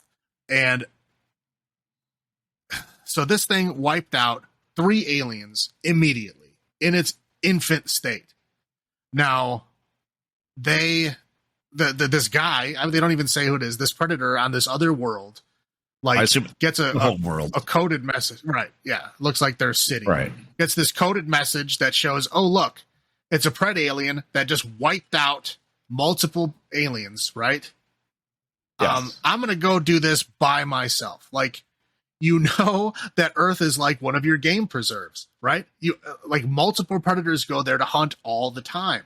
Like, if aliens get out and take over the planet, that totally fucks up your whole thing. There is no way in hell that they would only send one predator. There's no way that they would only send one. It doesn't make any sense. That makes no sense. Unless he's the cleaner. Unless he's the cleaner, and obviously by what happens in this movie, he's not. Right? I mean, he's good, but he gets his ass handed to him in almost every fight. Yes. You know, and it's not like they didn't know there was a pred alien there. They did, and I'm sure they've seen one before, because again, if they've been, as the first Alien vs. Predator establishes, they've been hunting xenomorphs for thousands of years. So at some point in time, would be the first time this happened. Yeah. Right. And they would know how dangerous it is. There is no way that they would only send one person there. Not dumb. Again, if there's 3 people hunting 7 aliens in a controlled environment, sorry, I kept calling them people, 3 predators fighting aliens in a controlled environment, right? And now you're going to where there's potentially hundreds, possibly thousands of these things. You said one dude. I mean, it's ridiculous. Right. Stupid. It just, again, there's so many dumb things about this movie. I mean, I don't think they watched the alien side of this at all. Like, at all. I mean, because, like, I get, they saw that, oh, when they take over somebody's body, they take on the characteristics of that. I think that's all. They just stopped reading at that point. Right. Because there's no queen, but somehow a male drone is able to, like, lay eggs through its mouth. I mean, it doesn't make any sense. Only in pregnant women that we know of. Well, how else would he have been able to keep doing it? Because there was only, like, 3 facehuggers that survived the crash. Right. So, like, they die immediately. They're one and done. Right. Like, they inject one and then they're done. So if they followed the normal rules of the alien universe, there would only be 4 total. And instead, they're all over the place. Like, but again, they show, like, weird stuff to where, like, when they grab people, they're just, like, stabbing them with their mouth, like their ejector mouths. Right. They're just, like, stabbing them, like they're doing it for fun. But it, like, I don't understand what they're doing. Like, if they don't understand the aliens at all. They're just, like, stabbing them. They're just, like, killing people that they don't need to kill for no reason. Like, aliens have always, like, they capture you and they wall you up. That's what they've always done. And this one, they don't. They just randomly murder people. And then they, like, somehow inject them with eggs, and, like, multiple eggs. And then those eggs hatch immediately. And then they grow up immediately. Right. Which, again, so it's like, well, I mean, in fairness, if that's what happens with that species, then yeah, I mean, if that's actually what happens, right? If that's canonically what happens when you have a predator infected with an alien, that yes, they should send more than one cleaner. Absolutely. If that is the norm in the alien world, which is a whole other thing, right? Yes, I mean, from a predator standpoint, awful. From an alien standpoint, awful. Let's face it. Well, I'd say the Predator. I mean, as far as, like, because I was trying to watch this just solely for the Predator aspect of it. I mean, it's so hard for me because I'm such a huge Aliens fan, and it just cuts in so hard on the Aliens stuff. But just watching it purely from the Predator side of things, they did a pretty decent job of keeping the Predators like what they should have been. Aside from not sending the right number of people to counter this threat. But, like, the way that Predator fights, the way that he kind of acts, he's pretty faithful to, like, the Hunter code, right? I mean, I think he but gives. I would even say he's not a hunter in this. Like I said, he's a cleaner. That like it's almost like he's a different job in their species. Like he's not doing doing it to hunt. He's doing it to stop a spread of essentially disease at this point. Right. Yeah. No. Yeah. He's not there for trophy skulls. He's there to kill the aliens. I mean, and that's fair. That's exactly. But aside from just taking it from that side of it, like he does a pretty good job of that. Like that's exactly what he does. He just keeps tracking. He keeps finding them. He keeps trying to kill them. The thing that strikes me is like if he's a cleaner specifically designed to clean aliens, he doesn't do a great job of that. Right. Like he gets his ass kicked by him like almost every time. I mean, yeah, usually he lives, but like he gets his ass kicked and then they get away. Now, is this because this is the Versus faction and because it's two giant IPs that the ending had to happen the way it did? That once again, neither side wins of Alien or Predator. Okay. Yeah, like I didn't remember that ending before, and I kind of like that ending because it's a bad ending. Yeah. And I like bad ending. I mean, obviously some of the people got away, and I didn't, I get that, but you don't expect all those people to die. The entire town. Right? Yeah, you don't expect the entire town to get evaporated. They didn't even really show them. They just show them get to the center of town, and then they just die. I mean, they're just completely wiped out. The government pulls the crazies on them just to stop the spread of, like I said, disease, nuke it. Right, yeah, they did the Raccoon City, which is, outbreak is out of control, just nuke it. And that's what they did. And again, that's what the government would do, and that's what they should do in that situation, right? You just don't expect it. You just don't expect it at all. I mean, some people did live, but yeah, they're probably going to be living in a lab for the rest of their life. Right. But, so, I mean, do you think there's any highlights of this movie? Quite honestly. So I rewatched it. When I rewatched it last week, is probably my second time. Yeah, I would, like I said, I tried to watch it solely through the Predator's eyes. And again, I'm trying to put blinders on to the Predator side of it. I would say that is a high point. I think they did a decent job with showing like this guy is here to eliminate these aliens. He's got the tools to do it, and he does it. I mean, yeah, a lot of people die as collateral, and he doesn't care, but that's not his job. He's not there to care. He's there to wipe this thing out. And as far as the Predator side of things, I think they did a good job, aside from, the glaring things that I've already brought up. But other than that, I thought they did a pretty good job on the Predator little slice of that. Obviously, the low point for me is just the horrible use of the aliens. I mean, just completely subverting everything that's been established in all the movies prior to that. Just completely out the window. But yeah, that's my low point. I think if he was going to do this alone, as the soul cleaner of the species, that he would want, once he saw the out of controlness that happened, that he might give up weapons. He might arm the humans to help fight and stop this. If we were able to see, in the last Alien versus Predator, they go, hey, we need to team up and stop this queen from escaping. You think they would do the same thing? Like, it's just humans surviving this outbreak. Like I said, put in any disease, put in anything else in terms of aliens for diseases like the crazies or the stand or anything else. Like, if there's a way to stop it, I feel the Predator would have done it.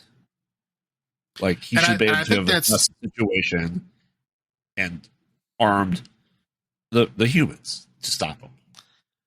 And I think that's fair, but I think in his mind, if you kind of, watch it just on his little slice of it, I think he still thought he had shit under control up until that fight on the roof. Okay. I think he was like, I've had some setbacks, but I'm still doing okay. I'm still killing a lot of aliens. I still got my weapons, or I still got some weapons. I'm doing okay. I'm doing good. And I don't think he really realized what was going up or what was going to happen to him until he was fighting that thing on the roof and realizing that he was not going to win. And I think that until that point, I think he saw humans as not helpful to him. they were just going to be in his way. Like he didn't need their help because he thought he had it under control. Once again, you think he would have killed the humans to stop the spread? Oh, I don't think he. Again, they show that he knows he has the X-ray vision. He can tell who's been infected and who hasn't. And in this movie, I mean, the time taken to gestate it, that the facehugger is like so short that like basically they're either, if they are infected, they're going to be dead in 10 minutes anyway. Right. So like that window of being infected is so small that it's pointless to even think that. Like if a human is alive, 99.9 repeating chance that they're fine. So I don't, again, following this established timeline of the aliens happening in the first movie and in this movie, and how short that timeline is. I don't think he would have cared. Eventually it might have gotten to that point, but again, wiping that out is you're killing all these potential people that you could be hunting later. Right. You know what I mean? That's like a rancher, like a rancher with cattle. Like if you got, cattle that are sick, are you going to kill all of them? I mean, sometimes they do. Right. But you're going to try to quarantine them. You're going to try to just get rid of the sick ones and keep the rest of them because that's a lot of money. That's your livelihood. Right. And I think, they were probably trying to do some version of that. And I think he thought he had it all under control until that fight on the roof when he decided to go 1v1, hand to hand with the thing and then realized that he was not going to win. Do you think that predator should have lived instead of being wiped out by humans? No, because he wasn't that good. I mean, honestly, if he's a guy he's supposed to be so good that he's like, they only send one dude to wipe out all of these aliens and he gets his ass kicked like that. Yeah, they need a new cleaner. I mean, that's just survival of the fittest. All right. So trophy skulls for you. Again, there are more, bright spots than I remember there being. Like I said, just concentrating on the Predator side and the bad ending, which I do love. We'll bring it up from what I originally thought the score was going to be. I'll bring it up to 4. To 4. It'll be 4 out of 10 trophy skulls. 3 or 4 for me. I'm gonna go with 3. I could not, like, really did not want to watch this movie again. Yeah, I was dreading it too. Like I saw it in theaters. I'm like, at that point in time, like this has got to be the worst movie in theaters that I paid money for that I've ever seen in theater at that point in my life. That's fair. That's a fair statement. I'm just like, I don't know if I ever want to watch this again. Like, like when the Blu-rays came out and I got the Aliens, I got the Predators, I go, I'm not getting this. This is not being a Blu-ray collection for me. I don't think I have the Aliens vs Predators. I don't think I have either one of those on Blu-ray. If I do, I only have the first one. I know for a fact I've never gotten the second one. So, is it horror? I would say there's elements of the human side of that would be horror. Like in the beginning when the infection was first starting, there's definitely some horror elements there, Again, not as much. I would say it's probably about the same level as the first one. The humans were around in little tunnels getting hunted by aliens. I would say it's about on the same level.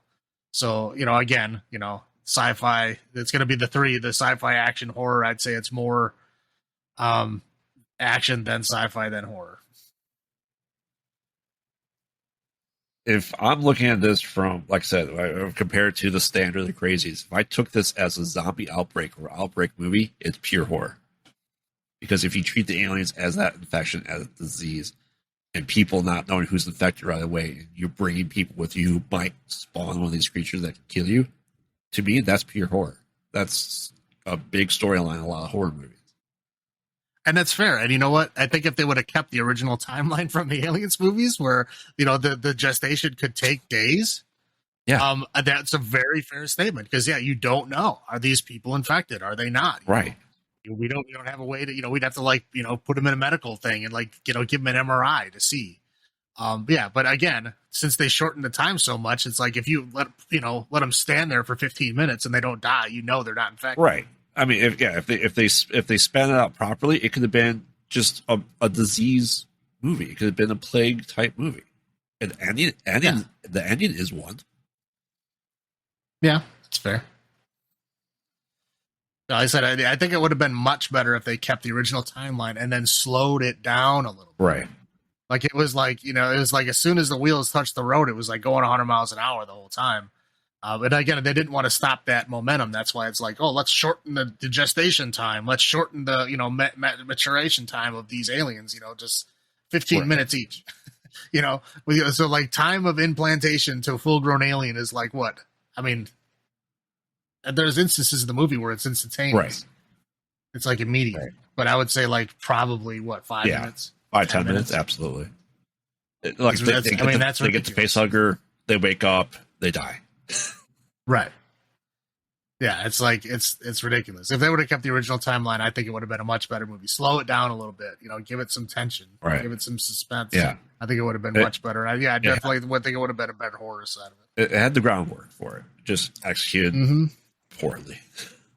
Correct. All right, I'll agree with that. Predators. Predators. You want to do the synopsis on this? I know you love this. Yeah, movie. I'll do this. I love this movie.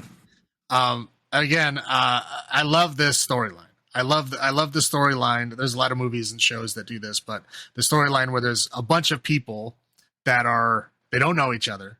They wake up in a place that they are unfamiliar with, and they have to try to figure out who these people are, why you're there, what's going on, that kind of thing. I just love that storyline. It's great. Anyway, so a bunch of people, essentially wake up mid falling from the sky.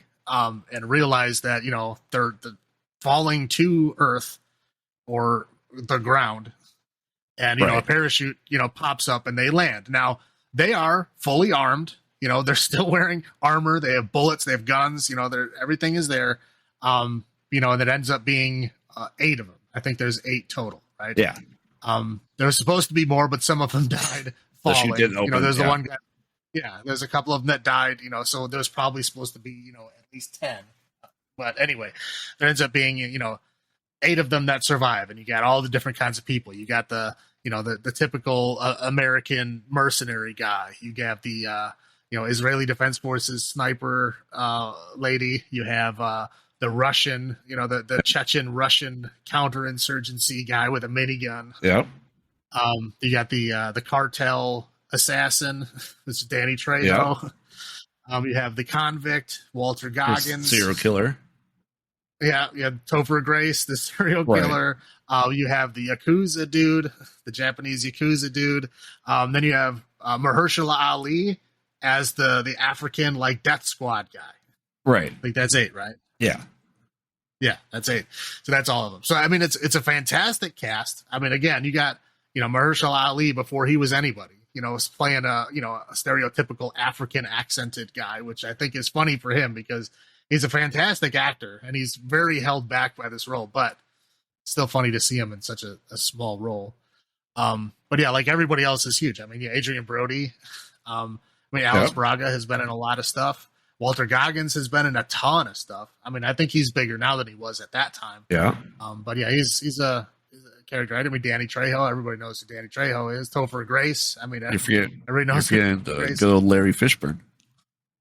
Oh well, yeah, but he's not one of the people that falls from the sky. But he does show up later. Yeah. Yes. But yeah, fantastic cast. I think everybody plays their role really, really well. And essentially, it follows the same Predator thing. We're like, okay, let's try to figure out where we are, where are we going, and they're slowly figuring out that they're not on Earth. Right, they're like, okay, we are not on Earth. Eventually they get to a high ground and they see that there's different planet alignments and stuff. The sun never moves from its spot in the sky, so it's always daytime. There's a lot of things pointing to this, but not being Earth. But it takes them a while to figure it out. And then almost immediately when they figure it out, dogs start chasing them around. Right. And they do manage to take the dogs out. They do lose one that the cartel guy, goes down. And then, as they figure that out, they're and then he gets like his body's like trapped, and say, hey, don't try to help him. This is an obvious trap. They throw the rock out there. They see that it's a trap. And then they basically figure out like, okay, we're being hunted. Like we are here to be hunted. Like we're the prey. Right. And then at the end of that, and of course, because they're smarter, soldiery type people, they kind of try to push it back on them. So they go back to their camp and they see that there's the predator is like tied up. I'm like, what is that? What is that? Like a pole or a monument? Yeah, something like that. Right. And he's, a predator that looks very much like the predator did in the first two movies. Yep. Basic armor, all this stuff, he looks like that. So they have a little bit of a showdown, doesn't go very well. Yeah. And they ended up leaving. And at that point, there's not that many of them left. I think, who did they lose in that fight? I think they lost to Mahershala Ali, and then they lost the Yakuza guy Flame before they get to. What? No, it's not. No, they didn't lose him there. Yeah, because they lost Danny Trejo when the dogs came. I think they lost Mahershala Ali when they went back to the camp. Yeah, they lost him there. He was the bait. Right. But the Yakuza, the Russian, Topher Grace, they all meet up with Larry Fishburne after that. Right. Yeah, they meet up with Larry Fishburne. Larry Fishburne is the survivor who's been there. He doesn't. You don't really even know how long he's been there because he's crazy. Do we lose Walter? Do we lose Walter at that? Do we lose Walter at that point? No, he makes it all the way through this thing. Okay. He makes it all the way through to the very end of this. And so, so he's like talking to himself, and he's obviously like goofy. He's been there for a long time. I think the one really interesting thing that I like about him is like he has a predator mask, and he can turn on the invisibility and stuff.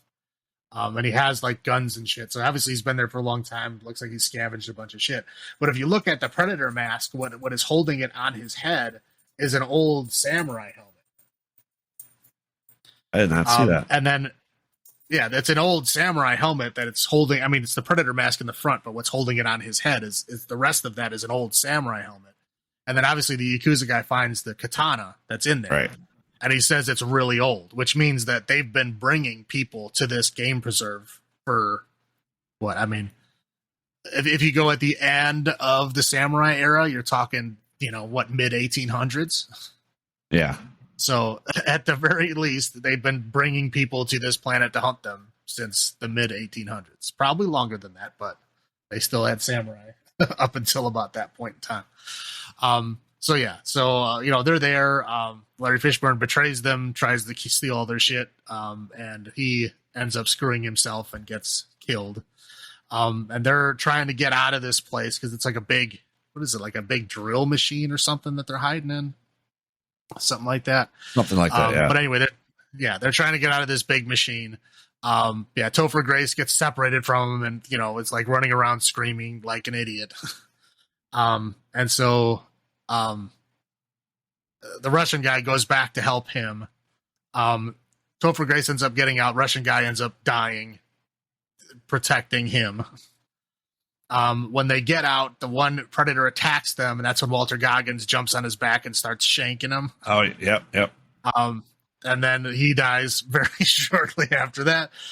So then they get away, and then it's at that point and as they're running away, the Yakuza guy with his newfound katana decides to buy them time for them to get even further away.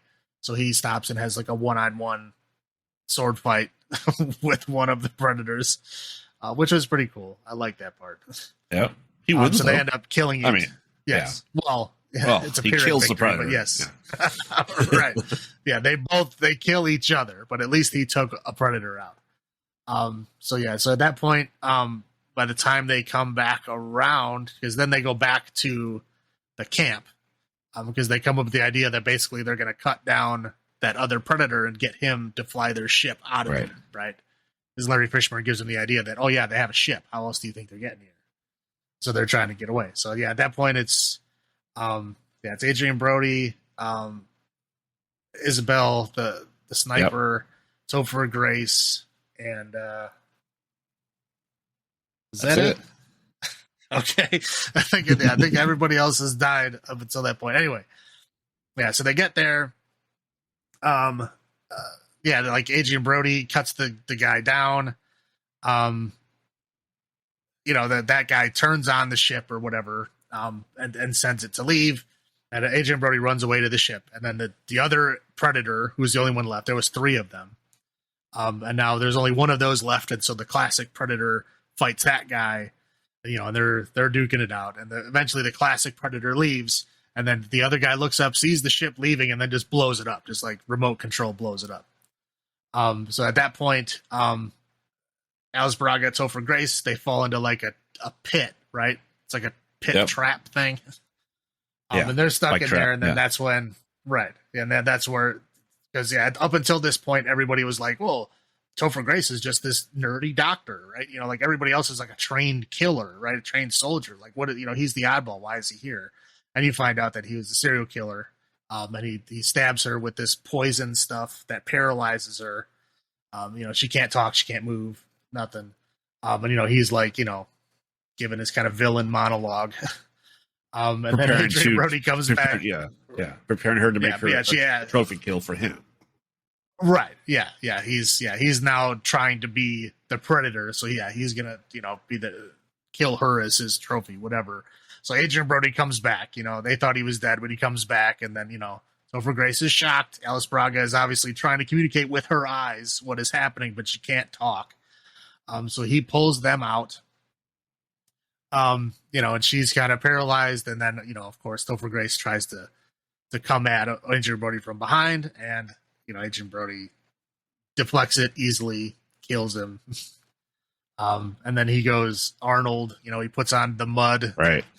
and he fights the alien, hand to hand, or whatever, and then he wins. Game over. Right. End of movie. And then they're gonna try to get away. The next. Well, they see more parachutes dropping. So the next season already started. Right, but I mean, it does show that some time has passed, because at that point they have their gear and clothes and stuff back on. So they don't really say how long it's been, but it's been some time from the end when they see those parachutes coming down. But so at that point they've now taken over the Larry Fishburne role of being the survivor, right? And they're going to be on the next cycle. So, I mean, this is. I thought this was a fantastic movie. I thought it was a good return to form after the 2 AVPs that we had. And I really liked it. I really liked that, and the fight with the Predator, and the Predator that was tied up was smaller than the other Predators they were facing. So there's like different races in the same species of the Predator that they were even hunting their own weaker species of themselves, right? I think that Adrian Brody using the mud was a good callback. I think, and then using fire to have the flare-ups for the heat signatures to help hide himself too was something that had never been done either. And I think that was really smart for him to do. The classic storyline that we're going to discuss in a future episode of people waking up not knowing where they are, trying to figure things out. Great storyline. This had a twist. The twist was Topher Grace's character. Being the silent serial killer, the everyman guy, right? That to me just seemed really weird that he would try to do this in the middle of this movie. Well, I mean, he's been put through a lot, man. I mean, it's as somebody that, obviously back in the world, if you're a serial killer, you're in a good deal of control, right? Like you can control your environment. You're the one that's on the hunt. And now he's been flipped completely around to where not only is he being hunted, but he's like the weakest of the group being hunted. So like, he's like, the one that's probably going to be the first to go. So yeah. Do you think it was just a way to control and try to prove that he is on par with the Predator that they were facing? Yeah, and that's part of it. And I also think it's like, he can see that it's getting to an end, and he doesn't, at that point, I don't think he thinks anybody's going to survive. So he's just trying to be himself. I guess be himself, or kind of be, the worst version of himself that he wants to be before he gets cut out. I think. Well, because Adrian Brody doesn't kill him, but he lands him with grenades, and he tried pleading, saying that they're exactly alike. Which I would say that the way he kills is not to the code of the Predator, so he would never be on par with them. Adrian Brody, yes. Topher Grace's character, no. Right. Yeah. I mean, I'm assuming. Well, we don't know, who his victim type is, but we do know that he's a serial killer of some kind. But again, if going by all serial killers, is probably attacking defenseless people of some form or another. So yeah, I mean, again, I can see him having delusions of grandeur, thinking that he's on the same level, but yeah, definitely not. And I think it's a fitting end. So what are your highlights and low points for this movie? Highlights is again that ensemble cast, how they have all these unique people, and each one of those unique people have their moment. You know what I mean? You get to see who those people are, even if it's a little bit, but you get little windows into these people's lives and what they're all about. Like they might be killers, right? They might be, got high kill counts and stuff like that, but they got human sides of them too, right? They're not all monsters. Right. I mean, except for Topher Grace, of course, but you don't see that. He acts like the kind of out of place, nerd for most of it, and doesn't show that face until the very, very end. So that's, I mean, definitely the high point to me is just how good those characters are, how fleshed out and interesting and fun they are. I mean, I like when they have ensemble casts like that. The low point of it. I'm trying to think. I mean, I like most. Do you think there is a low movie. point? I'm trying to. I mean, I'm sure there is. I think some of the callbacks that they did were a bit cheesy. I mean, I thought they were good. I mean, but I can see how people would think they're a bit more cheesy than than they would have liked. I could see that. I'd say if there is any low point, that would be one. Yeah. For me, highlight is I feel that this movie showed us more of what we discussed of how humans are predators and how we hunt. I think we gave the predators that same aspect. We saw their camp they reside at. We saw their habitat. We saw them deploying the same skills and traps that we would as humans going after prey. They have their dogs that flush out the prey first to hunt them, right? I think that was a very good, kind of the best way of showing them that, yeah, to that point, they are like us. They're just a different species. Right. Yeah. I think, that's the cool thing about the title is Predators is that, it's both groups. Right. Yeah. It's both groups are predators. They are, of their own, in their own way. But yeah, I mean, it's very fitting. I like the, it's just a good movie. I like it a lot. Low point.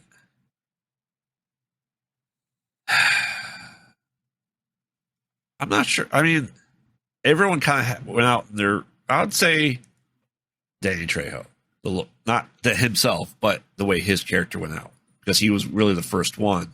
We didn't really get to see his background enough. I feel like everyone else was more flushed out as a character, and everyone else kind of got to have their moment of glory, if you will, and he didn't. Yeah, I can see that, but I mean, at that time, especially around, the time that this movie came out, everybody knew who Danny Trejo was, right. And everybody knew what Danny Trejo was all about, and I think they kind of let that reputation sell him on his character. I think that's why they didn't bother doing that. I mean, obviously he was the first one that died, so I mean, you're not going to get a whole lot fleshed out there. But I think, he was, probably the most stereotypical character out of them all. Right. And I would say that, it was very easy to kill him off first because everybody basically knew what he was about from the beginning. All right. So number of trophy skulls out of 10 for you on this one. This one, I will give it a 9 out of 10 trophy skulls just because I don't want to give it the same score as the original Predator. So I'll put it just a tiny bit under. I'm going to go with 10. I really, really like this movie. I like it just as much as the original, if not more so, because it's not. Yes, it's action, but it's more horror for me than action. It's not just shooting a tree for 5 minutes type action, right?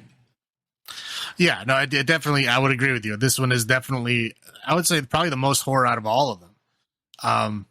Is that, I mean, from the very beginning, I mean, yeah, they're all armed and stuff. I mean, they all look like they're tough and soldiers, but it's pretty obvious from the very beginning that it doesn't matter. Right. Like, you're going to be picked off regardless. Like, you think these weapons are going to help you, and they're not. Like, you're just, it's just this unknown thing is hunting you and chasing you. And not only that, but like, even other people are also your own, humans are also hunting you and fucking you over too. So yeah, like everybody is on edge the whole time. And yeah, that's why I'd say definitely more horror than every one of the characters could have been their own star of a horror movie. Yeah. Yeah. Give it that.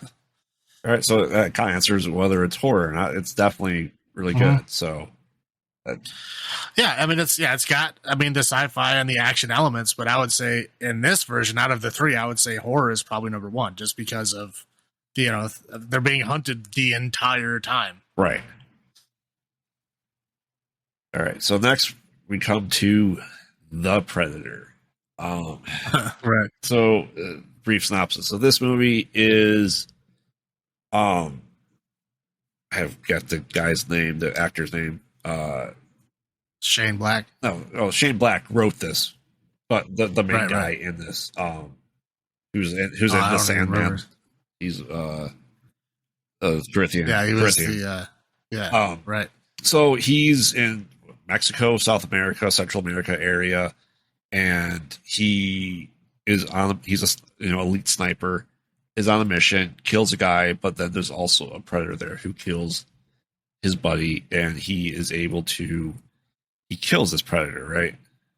Or does he capture it? The predator? Yeah. He doesn't do anything. Okay, but he gets he steals stuff, his but gear. he doesn't capture it. So right. he gets the gear, the arm piece, and the shoulder cannon and the helmet.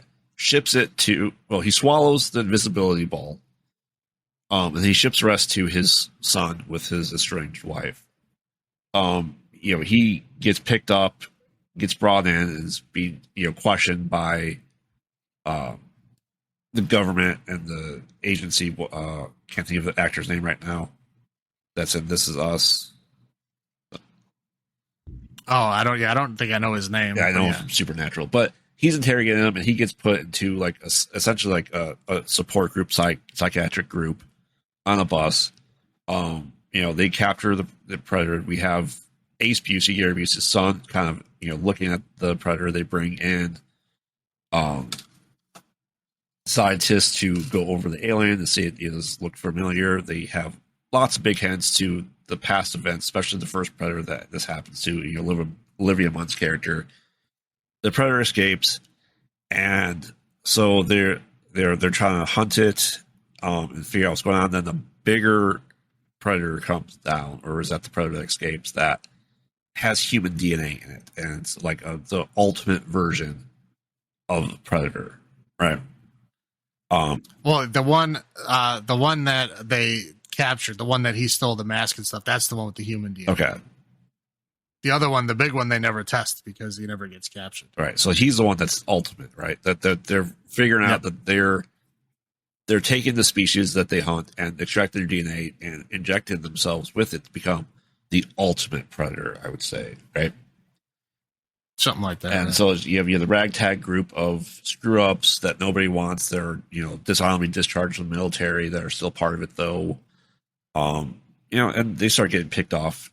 Trying to go against the government agency, a lot of shooting and killing each other on both sides, and then trying to kill this ultimate predator.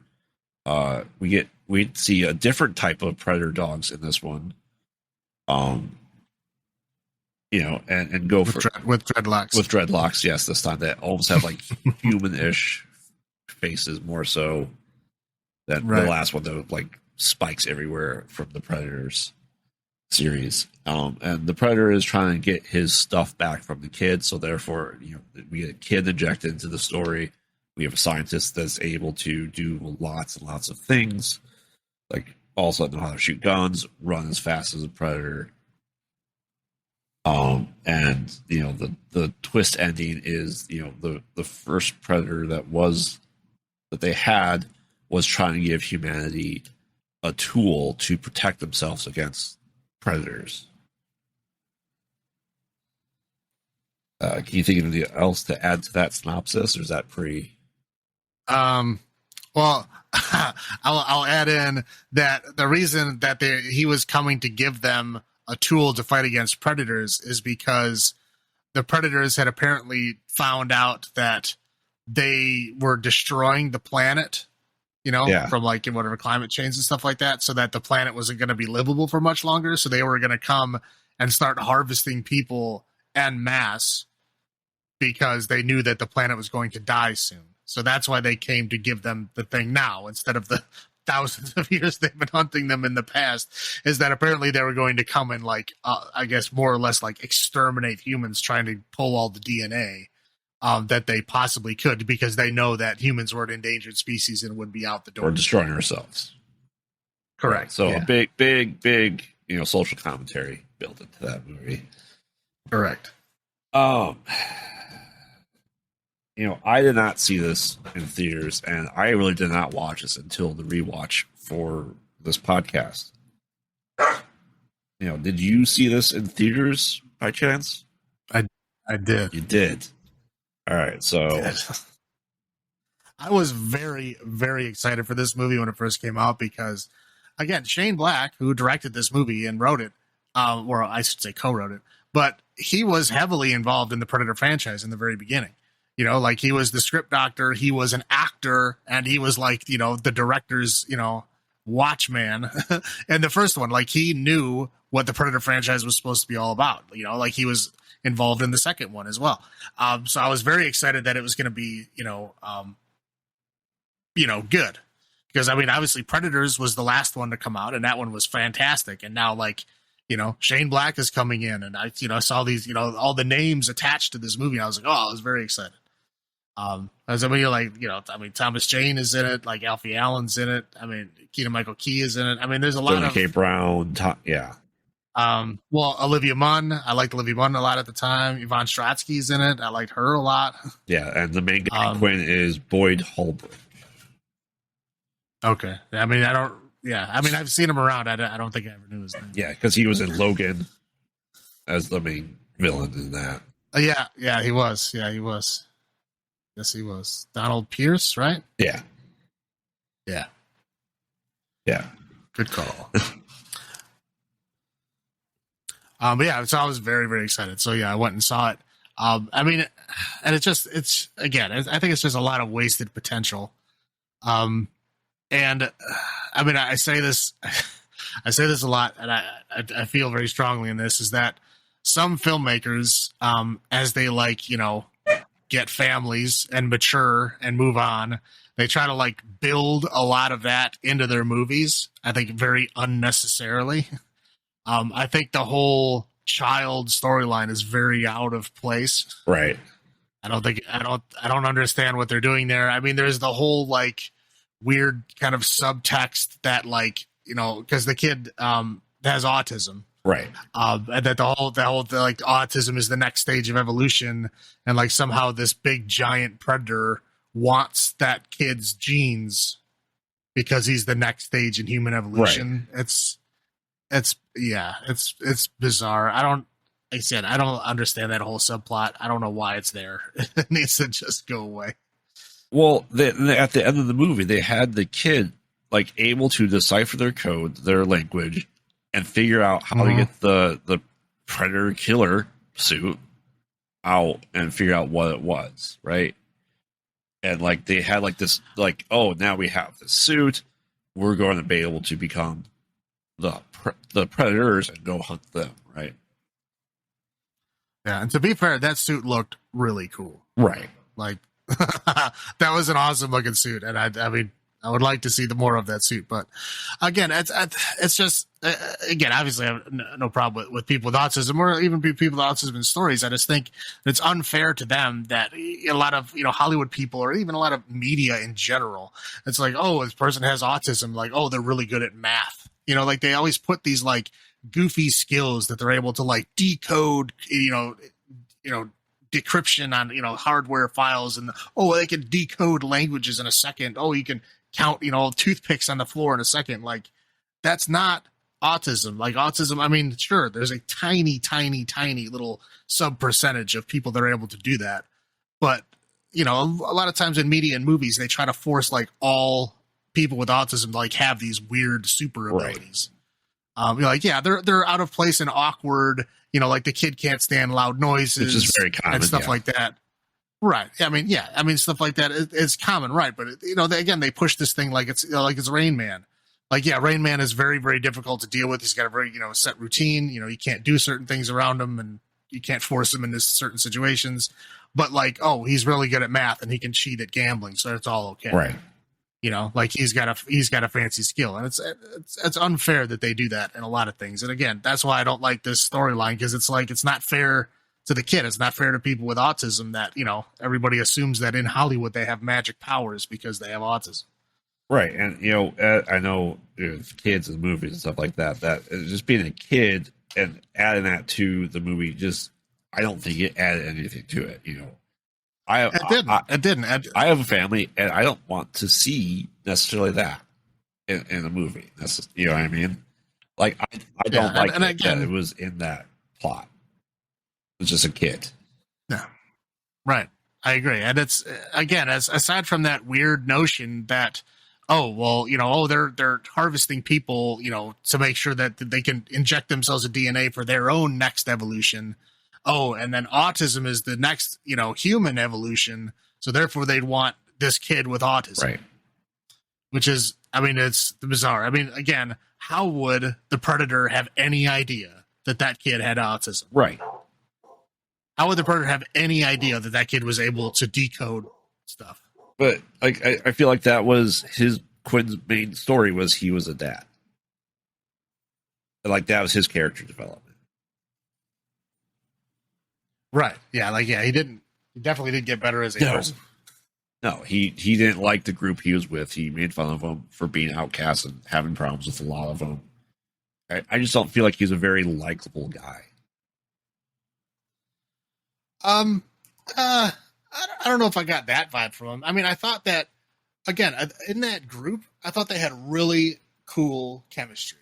Like, I liked that group of people. I thought there was a lot of like funny stuff that actually like hit. Like, they were like, I thought they played well with each other. A lot of the goofy jokes and stupid things that they said were like actually funny, and I thought they did a great job. Like I said, that group, the adult group, was great, and I thought he was good. He played a good like straight man in that group. You know what I mean? I thought they all kind of played well with each other. Again, the whole kid subplot. Again, I've given reasons why I don't like it. Not only that, I just don't like kid subplots in action sci-fi horror movies in general. But really not like it for the goofy reason that they put it in this movie. I don't like Olivia Munn, how she's like super Mary Sue and all of a sudden knows how to do everything. That she can run, she can fight, she can shoot a gun as better than everyone else. Right. She's like, by the end of the movie, she's like in full body armor, just like shooting assault rifles with everybody else. Like, why is she there? She's a scientist. Like, obviously she doesn't, I guess they didn't specifically say that, but I'm going to go out on a limb here and say that she didn't have any military training. Right. Right. Because like they brought her to this base and she'd obviously not been in any kind of like military discipline thing. Right. She's never dealt with that before by the way she's acting. Right. And like all of a sudden, she's able to like, they had like a few goofy things. Like she shot herself in the foot with the tranquilizer. The tranquilizer thing, but that was no fault of her own. It was because the van or the bus moved. But like I didn't like how they just gave her all these, like all of a sudden she has all these skills. Like there's these guys who are elite soldiers and been doing it for years, and all of a sudden now they're on par with this scientist who like just got into the game. Yeah, I didn't. Would you say that's the lowest point like for you of the movie? Which are those? Yeah, I'd say between those 2 points, I would definitely say that's the low point. I would say the high point is that group. I thought they did really well with each other. Like, I liked those characters. Again, I'm a big fan of ensemble, casts and characters. I don't think they fleshed them out too much. There's a couple of them that had like their moments, like Keegan-Michael Key and Thomas Jane's character. They had a bit right of fleshing out. But I would say, I don't think any of the other ones did. No. Well, Nebraska did a little right. bit. Well, at least we got to know more of his story. But yeah, like the other ones, there was not really much development there. They were just there, and again, they played well. Like I said, I thought the chemistry between them was great. That's why I think if that whole goofy kid subplot wasn't there, and they actually just like moved forward with like them trying to get the Predator without the whole goofy trying to find the kid with the Predator mask on Halloween storyline, like just get that whole thing out of there, fighting Predator dogs in a baseball field or whatever they were. I mean, it was, again, it just dumb, pointless, like injecting children into movies they don't need to be in. Right. Yeah. So yeah, I'd say that, those are my highs and lows. Yeah. My highlight is, as far as the Predator was concerned, it was more return to form that we had in the first 2. It was back to Earth. That wasn't this goofy Alien versus Predator, right? It was more of Predator coming to our planet, and we're fighting it to just stop it. Low point, realistically for me, was the essentially lobotomy by bullet to one of the dogs. And all of a sudden it became like this likable dog. To be fair, it wasn't a bullet. What was it? It was one of those pneumatic guns that they use to kill cows at slaughterhouses. Okay. Well, but the same thing. Yes, it's the same thing. I'm just poking you. It was like all of a sudden we have this big goofy animal in this. Like, this is weird. Like, this doesn't fit. Along with a whole bunch of other things, obviously. And what did you think of something we didn't talk about? We had it in Predator, Predator 2, and Predators, but not the changing of the words. You're one ugly motherfucker, right? But she goes, "You're one beautiful motherfucker." But then somebody else said ugly later on. Yeah. I mean, so trophy skulls for you on this one. The trophy skulls on this one, I'll give it 5 out of 10 trophy skulls, meaning it is better than Requiem, but I think that's the only movie it's better than. I think all the rest of them are better than that. 5 is fair. I'll give it a 5 as well. Mm-hmm. Second worst, I think. Yeah. No, all the elements were there. It could have been good. I just think they tried to add a bit too much. And I think it took away from the things that could have been great. I think got, take their luster got taken away by putting in these goofy subplots that I think leached a lot of the life out of the movie. I think it could have been much better, but I don't think it was horrible, but it could have been so much more. Okay. All right. And on to our final film of the franchise. It's once again a spoiler alert for anyone that hasn't seen it. Prey. Want to give us a quick rundown? Yeah, sure. So, we're back to 1700s. This is natives in the Americas. I don't know if they say. I think they're Comanches, right? Yeah. I don't know if they say like exactly the area that they're in. I'm going to say in the center because the other people that they come in contact with are French, and the French primarily had the center of the Americas locked down. So I'm going to go ahead and say it was Louisiana. There you go. I don't know, but anyway, it's somewhere that it's a nameless place anyway.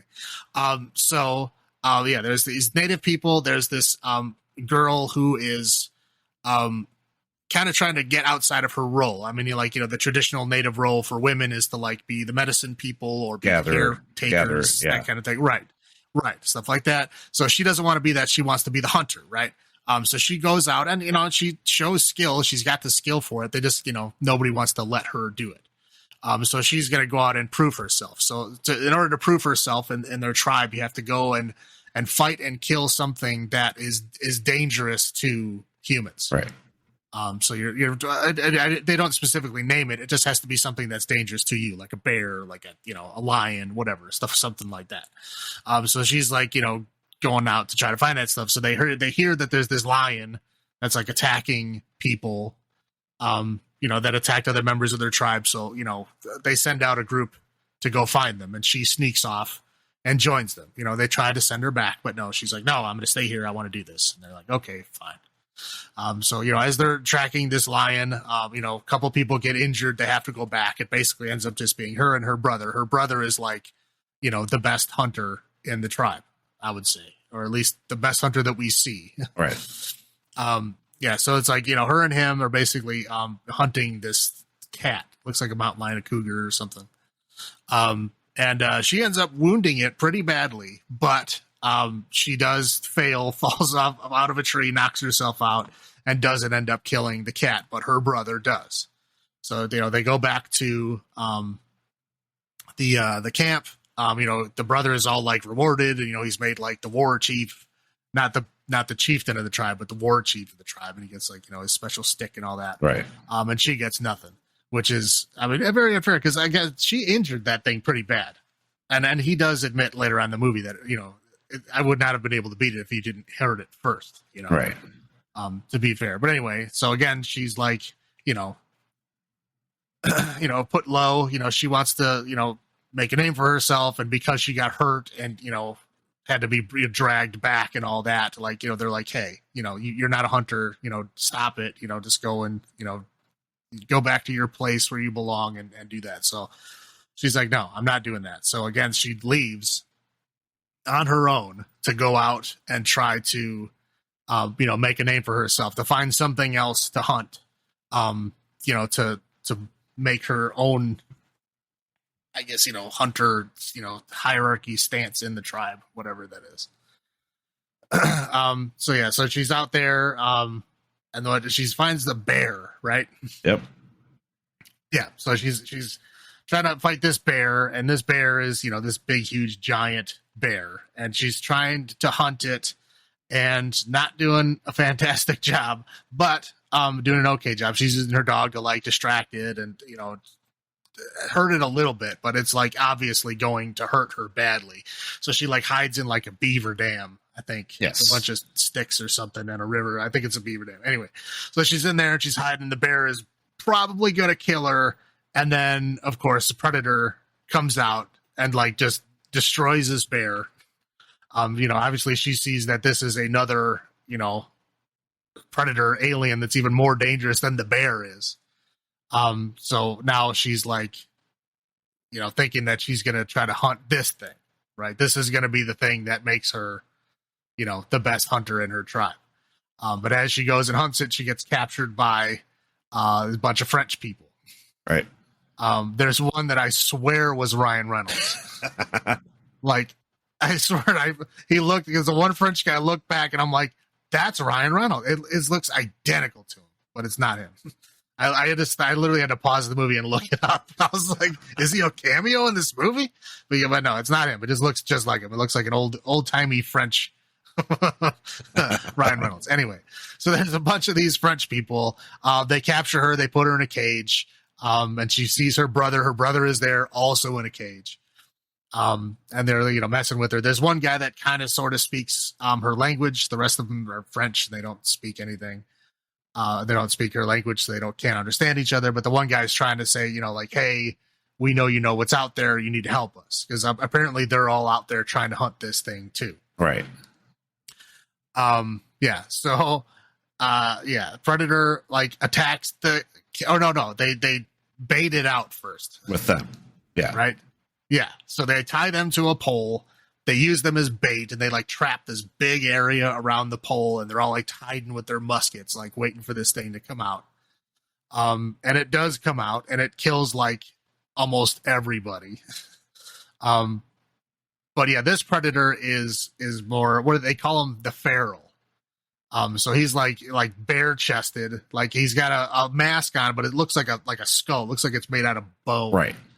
or something. And yeah, he doesn't use like guns or the plasma caster or the shoulder thing. He's all using like mostly hand to hand weapons. He does have the one little spear thing that shoots out the little arrows.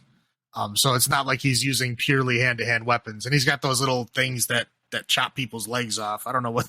They're like little spinning discs that chop people's legs off, whatever it is.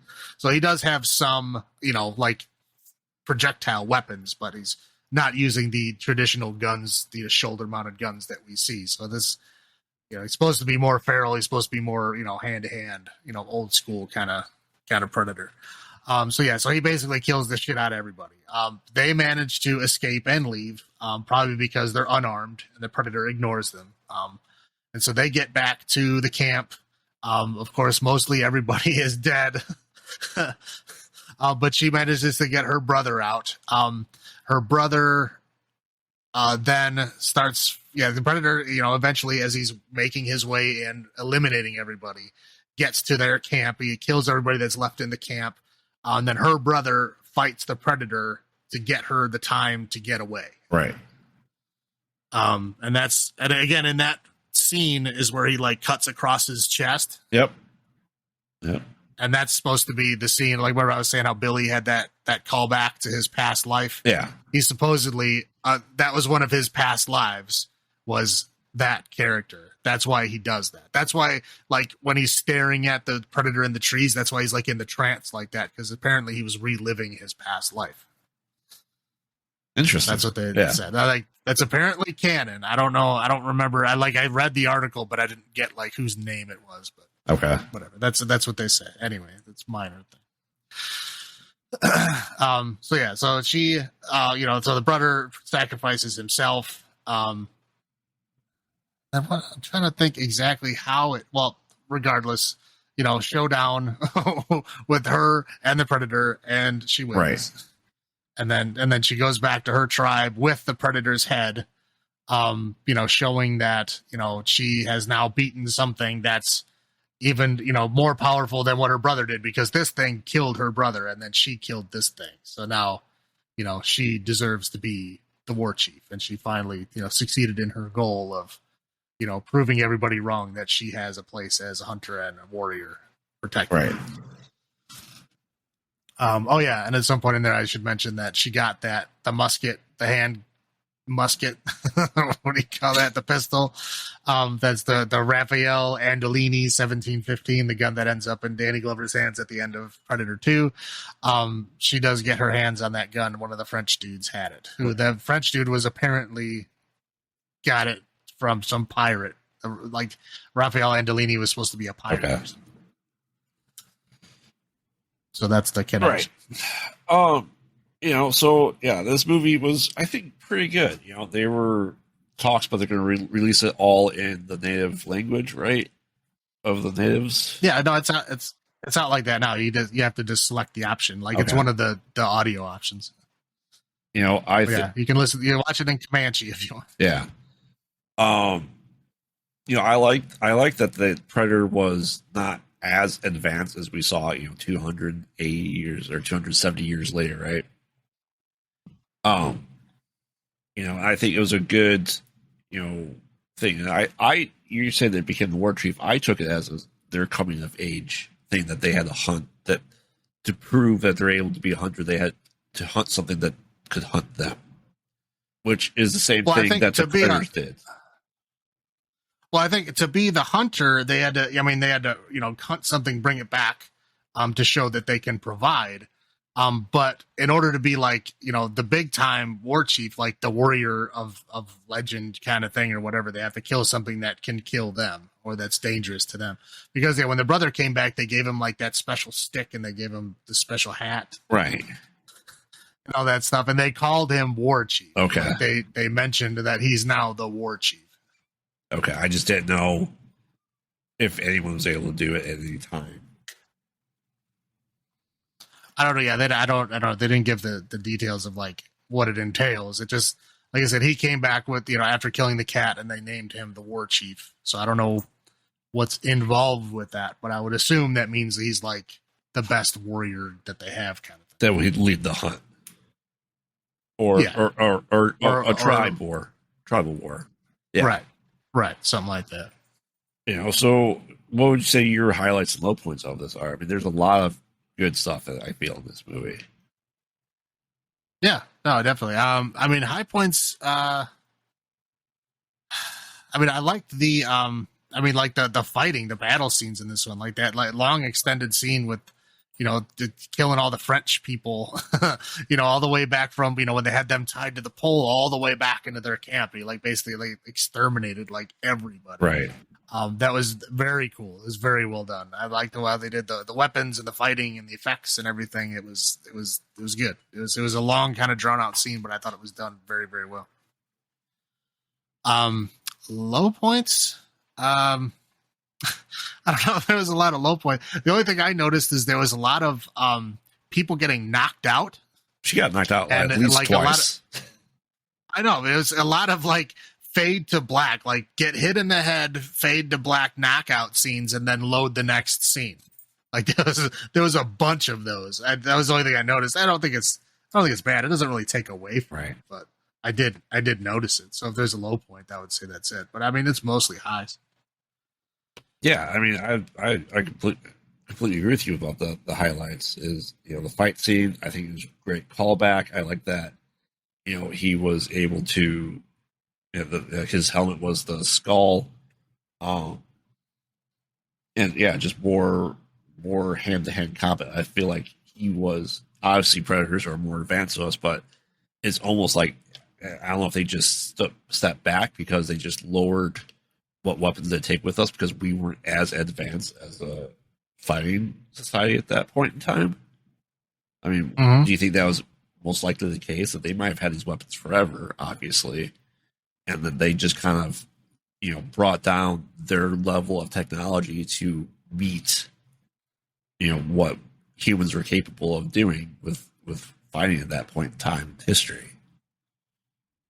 I mean, yeah, that's possible. Yeah, I mean, or it might have just been a design choice where they just wanted to have an alien that was a little bit more, like feral. I think they called it the feral predator, just to kind of match the theme, I think. Right. But yeah, I mean, I don't know if would have been a choice by the Predator itself, but I mean, it definitely may have. And I know they went back to a lot of practical effects, especially with the suit, right? They got this, was he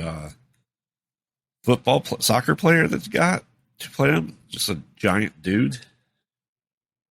Yeah, I know. Yeah, I forgot it. Oh, there's another thing I mentioned.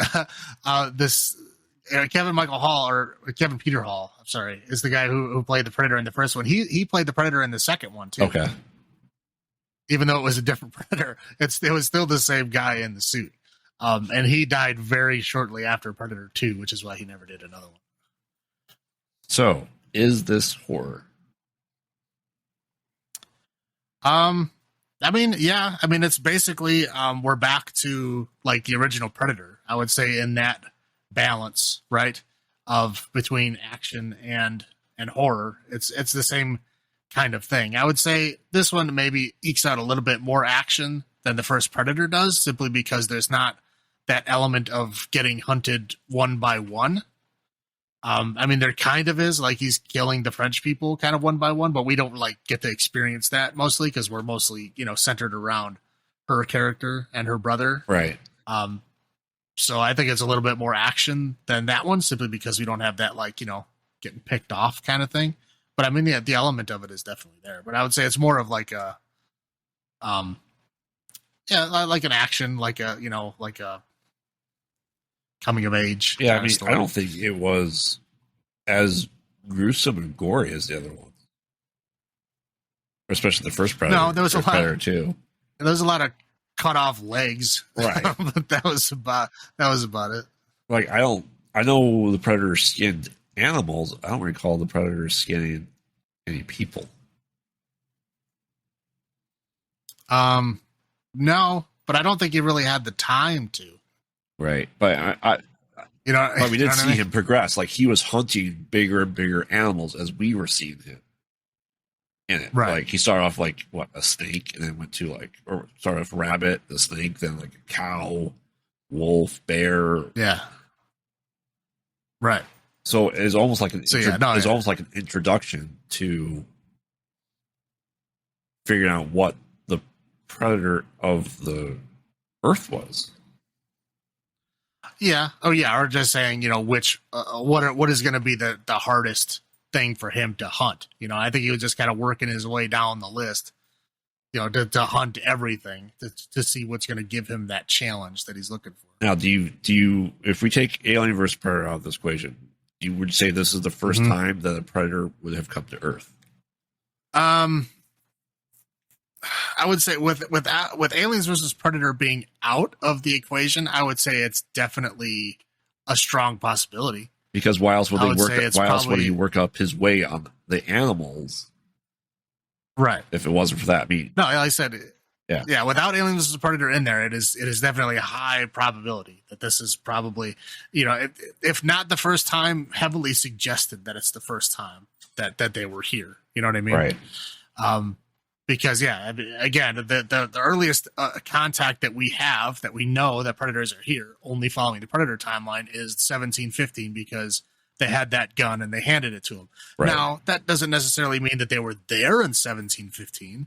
I mean, they put the year on that gun and that heavily suggests that they were there at that time. But that doesn't necessarily mean they could have gotten that gun the day before, right? Right, because it existed that whole time, but they're just trying to suggest that it is. So we'll pick it up from here. As a franchise as a whole, how do you view Predator? Is it like your top of your list? Is it mid list? Does it make your top 10 franchises? Yeah, I'd say it definitely makes the top 10. Just because, again, the heavy dose of nostalgia there, because I watched this movie so many times when I was a kid. Hold on. Does it make your top 10 list? Yes, it's a definitely nice top 10 list. A lot of that is probably a heavy dose of nostalgia, just because I watched it so many times as a kid, and I loved this franchise. I loved the Terminator. Like I said, I was a huge Schwarzenegger fan at the time, but this one was one of the best ones. Of course, it was sci-fi and it was Schwarzenegger, so of course it was way up there on my list. If you would have asked me this when I was a kid, it would probably be definitely in the top 3. But yeah, I would say, as far as franchises go, it's definitely in the top 10. Do you think there's more highs than lows as this franchise, including Alien vs. Predator? If you include Alien vs. Predator, yes, because Aliens vs. Predator, they do some interesting things, but for the most part, they kind of abandon a lot of the, stuff that's been happening in other movies. But yeah, if you include those in the list, then yes, it does. Because as a whole, the franchise has been pretty solid. Except for I think the Predator is the weakest one. But then both of the Aliens vs. Predator are underneath that, I would say. But yeah, so including those in there. So yeah, you're looking at 7 movies total, and then 3 of those are not good. Right. So, yeah. Yeah. So high point, low point, high point. Yes, it's definitely back and forth.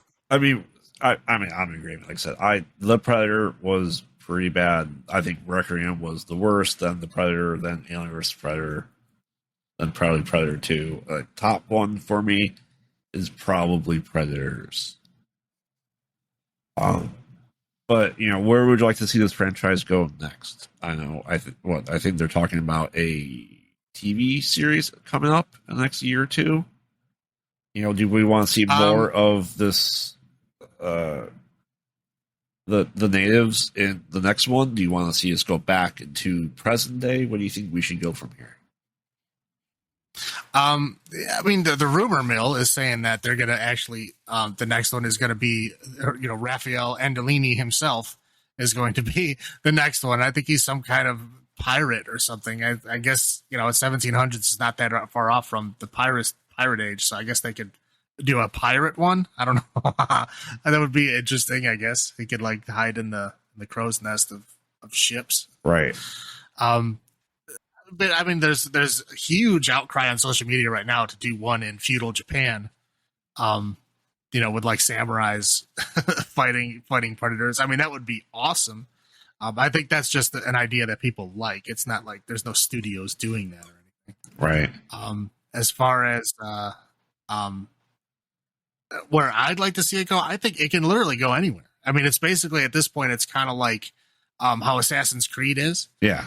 To where you can like set a game anywhere. You can set a Predator franchise anywhere. I mean, if you count Aliens versus Predator, they've been here for thousands of years. So you could literally pick any time in the entirety of human history and put a Predator there, and set a period piece there. Or again, you can go in the far future and do it there too, which, we do.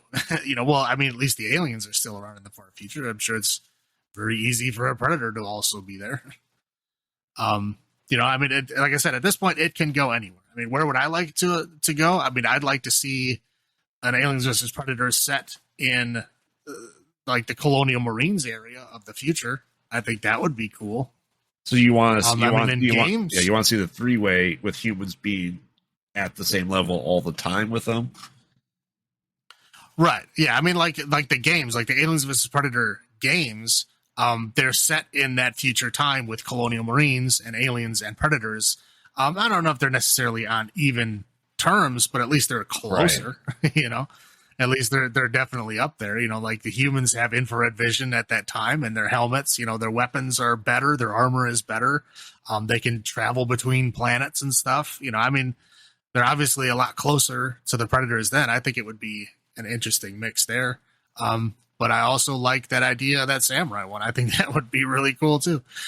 So again, it can go anywhere. I would like to see it go either one of those two places. I mean, I think they should revisit Alien versus Predator, and I think you're right. The way to do it is the future. That you want them to team up with humans to fight aliens. The aliens are always going to be the disease that they have to eradicate from spreading.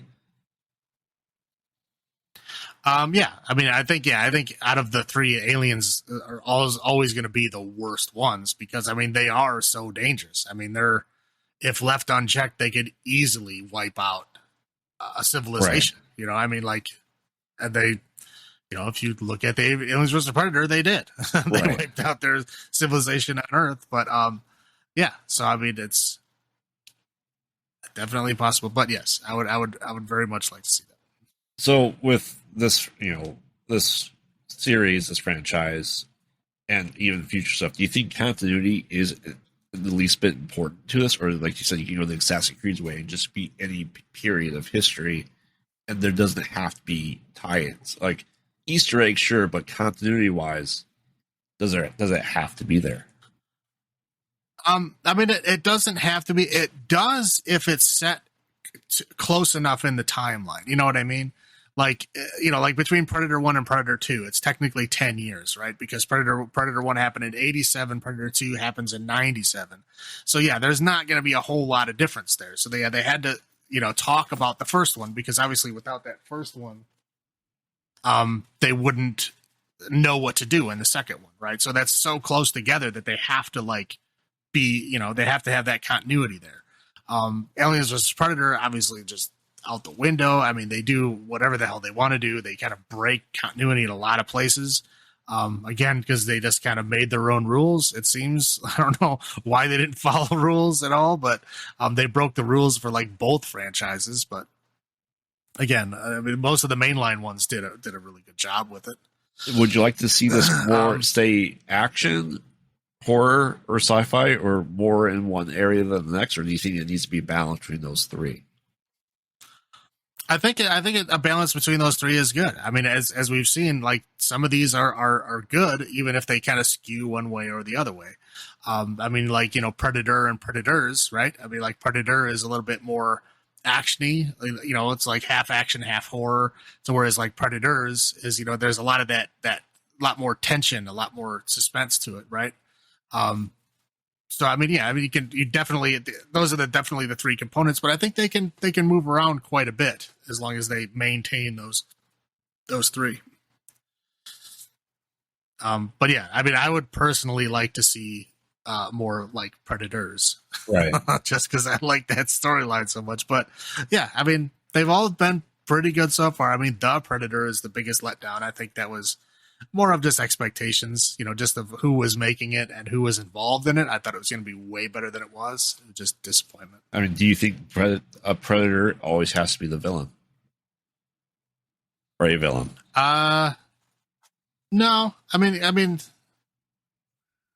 a mainline Predator movie, yes, I think there has to be a Predator villain. That doesn't necessarily mean that there can't be another Predator involved that's not a villain. That is like, one of the hero type people. I mean, that's definitely possible. But I think one of them has to be, the villain in every movie. I think that only makes sense. Now, do you think we could ever get something where a human goes to the predator world and is able to be the predator to them?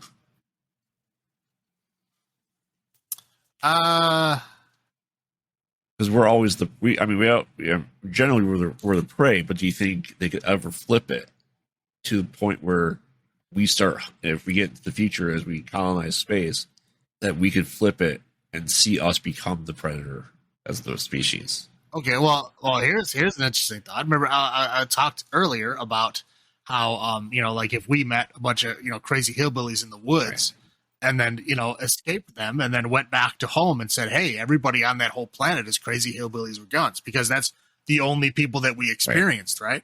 So what if we go to one of their planets and like, hey, screw them, we're going to hunt them for once, right? Right. And then we go to that planet and we find out that these hunter versions of their race are like like this outcast offshoot that is like, kind of exiled from their society. And now we're hunting down and killing completely innocent people. Right. Yeah. So like, you could make the humans be the bad guys thinking that they're, getting revenge, when in reality, they're just killing innocent people because these other predators are the crazy hillbillies with guns. I think that'd be an interesting flip. I think that would be cool. I mean, do you think that'd be a good social commentary for it too? Is that we become? Oh, it definitely would. Yeah, I think that'd be a good movie. Yeah. Well, again, it's the thing is, like everybody right now thinks like everybody in the entire Predator's race is a crazy hunter, but obviously they can't be, because they have all this technology. I mean, they have like those like first aid kits that can like patch all these holes and like heal them and stuff like that. Like all those weapons, they were made by somebody, right? So like obviously everybody can't be a hunter if you have all this technology. Like who makes their spaceships? They have to like fuel those things up. I mean, they have to have scientists that develop these new technologies and new weapons and shit. I mean, sure, their technology might be more skewed to like weapons and hunting and shit like that, but they definitely have scientists and they definitely have manufacturers, which means they have to have bureaucracy too. I mean, they can't all be hunters. So are we seeing more of their military side of things? Potentially. Well, I don't think it's they're necessarily their military. I think it's just, well, I mean, it might be part of their military. I mean, who knows? That might be how they train their military. That's how you earn your chops, is you work your way up, right, by hunting different things to show that, oh, you can hunt these other exotic animals. Okay, now you're worthy of protecting the people or whatever. I mean, that's definitely possible. Okay. Oh, I guess it's a little late to be saying it now, but like the actual name of their race is the Yautja. Yautja? Yautja. It's Yautja. I don't know if that's how you pronounce it. I've really only seen it in text form. Is I it don't in know the how comics? to pronounce it, but yeah. Okay. Yes. Yeah, it's in the extended universe, but enough people have like accepted that's the name of their race, is the Yautja. And then the other, because I guess the blood feud thing is in the extended universe too. So like in Predators, the other group, that hunts the classic ones. So the classic Predators are the Yautja, and then the other ones are I forgot their name. They're like it's like a 3-syllable thing, like Mingo Wen or something like that. But yeah, they're like the bad. Do you think the comics are good enough for us to pull from for source material? There's definitely some. There are definitely some that are goofy. Right. I mean, like they have some of them where they're aliens as predator ones, but they center around the predators, and the predators are just like they land on the planet like to hunt aliens, and they're just like talking to each other like normal dudes. Like they have names like Fred and George, and they're just like talking to each other like this is like like they're just hanging out like wood buddies. It's weird. So, I mean, there's probably some stuff, but I mean, there's definitely more room. Anybody can tell a story Right. in that world. I mean, there's so much, stuff you can pull from. I mean, so much stuff you can do. I think it would be cool to see, more of their world a little bit. I think, like we were talking about, something like where you show that they're not all hunters. There's just some of them are. I would like to see more of that. What people's takes on what they think their actual culture is. You really want like. you want deeper lore. Well, I always want deeper lore. I mean, that would be fantastic, but I don't know if it'll ever get there. But yeah, I mean, I think that would be a definitely cool place to go. But again, we can also have these period pieces of just, people fighting predators in different time periods with different weapons and methods and shit. I mean, we can go that way for a few movies at least, I'm sure. Yeah, so you think this is a franchise that could last another 35 years? Oh yeah, definitely. I mean, it's like, well, I mean, you got some franchises which center around like a character, right? Right. Which means you can only, have it realistically in that character's lifetime. And this one, it's settled around basically like a race of people. So as long as that race is around, which we've already established, it's been around for hundreds, possibly thousands of years, so it can be set anywhere. Okay. I mean, I think that's a good place to end this. Mm-hmm. So, so let's stay tuned, our listeners, for next week's podcast. We'll be discussing Jordan Peele's movies, including the newest entry, Nope. So this is Graveyard saying, have you checked on the children? This is Salem saying, long live the new flesh. Until next week.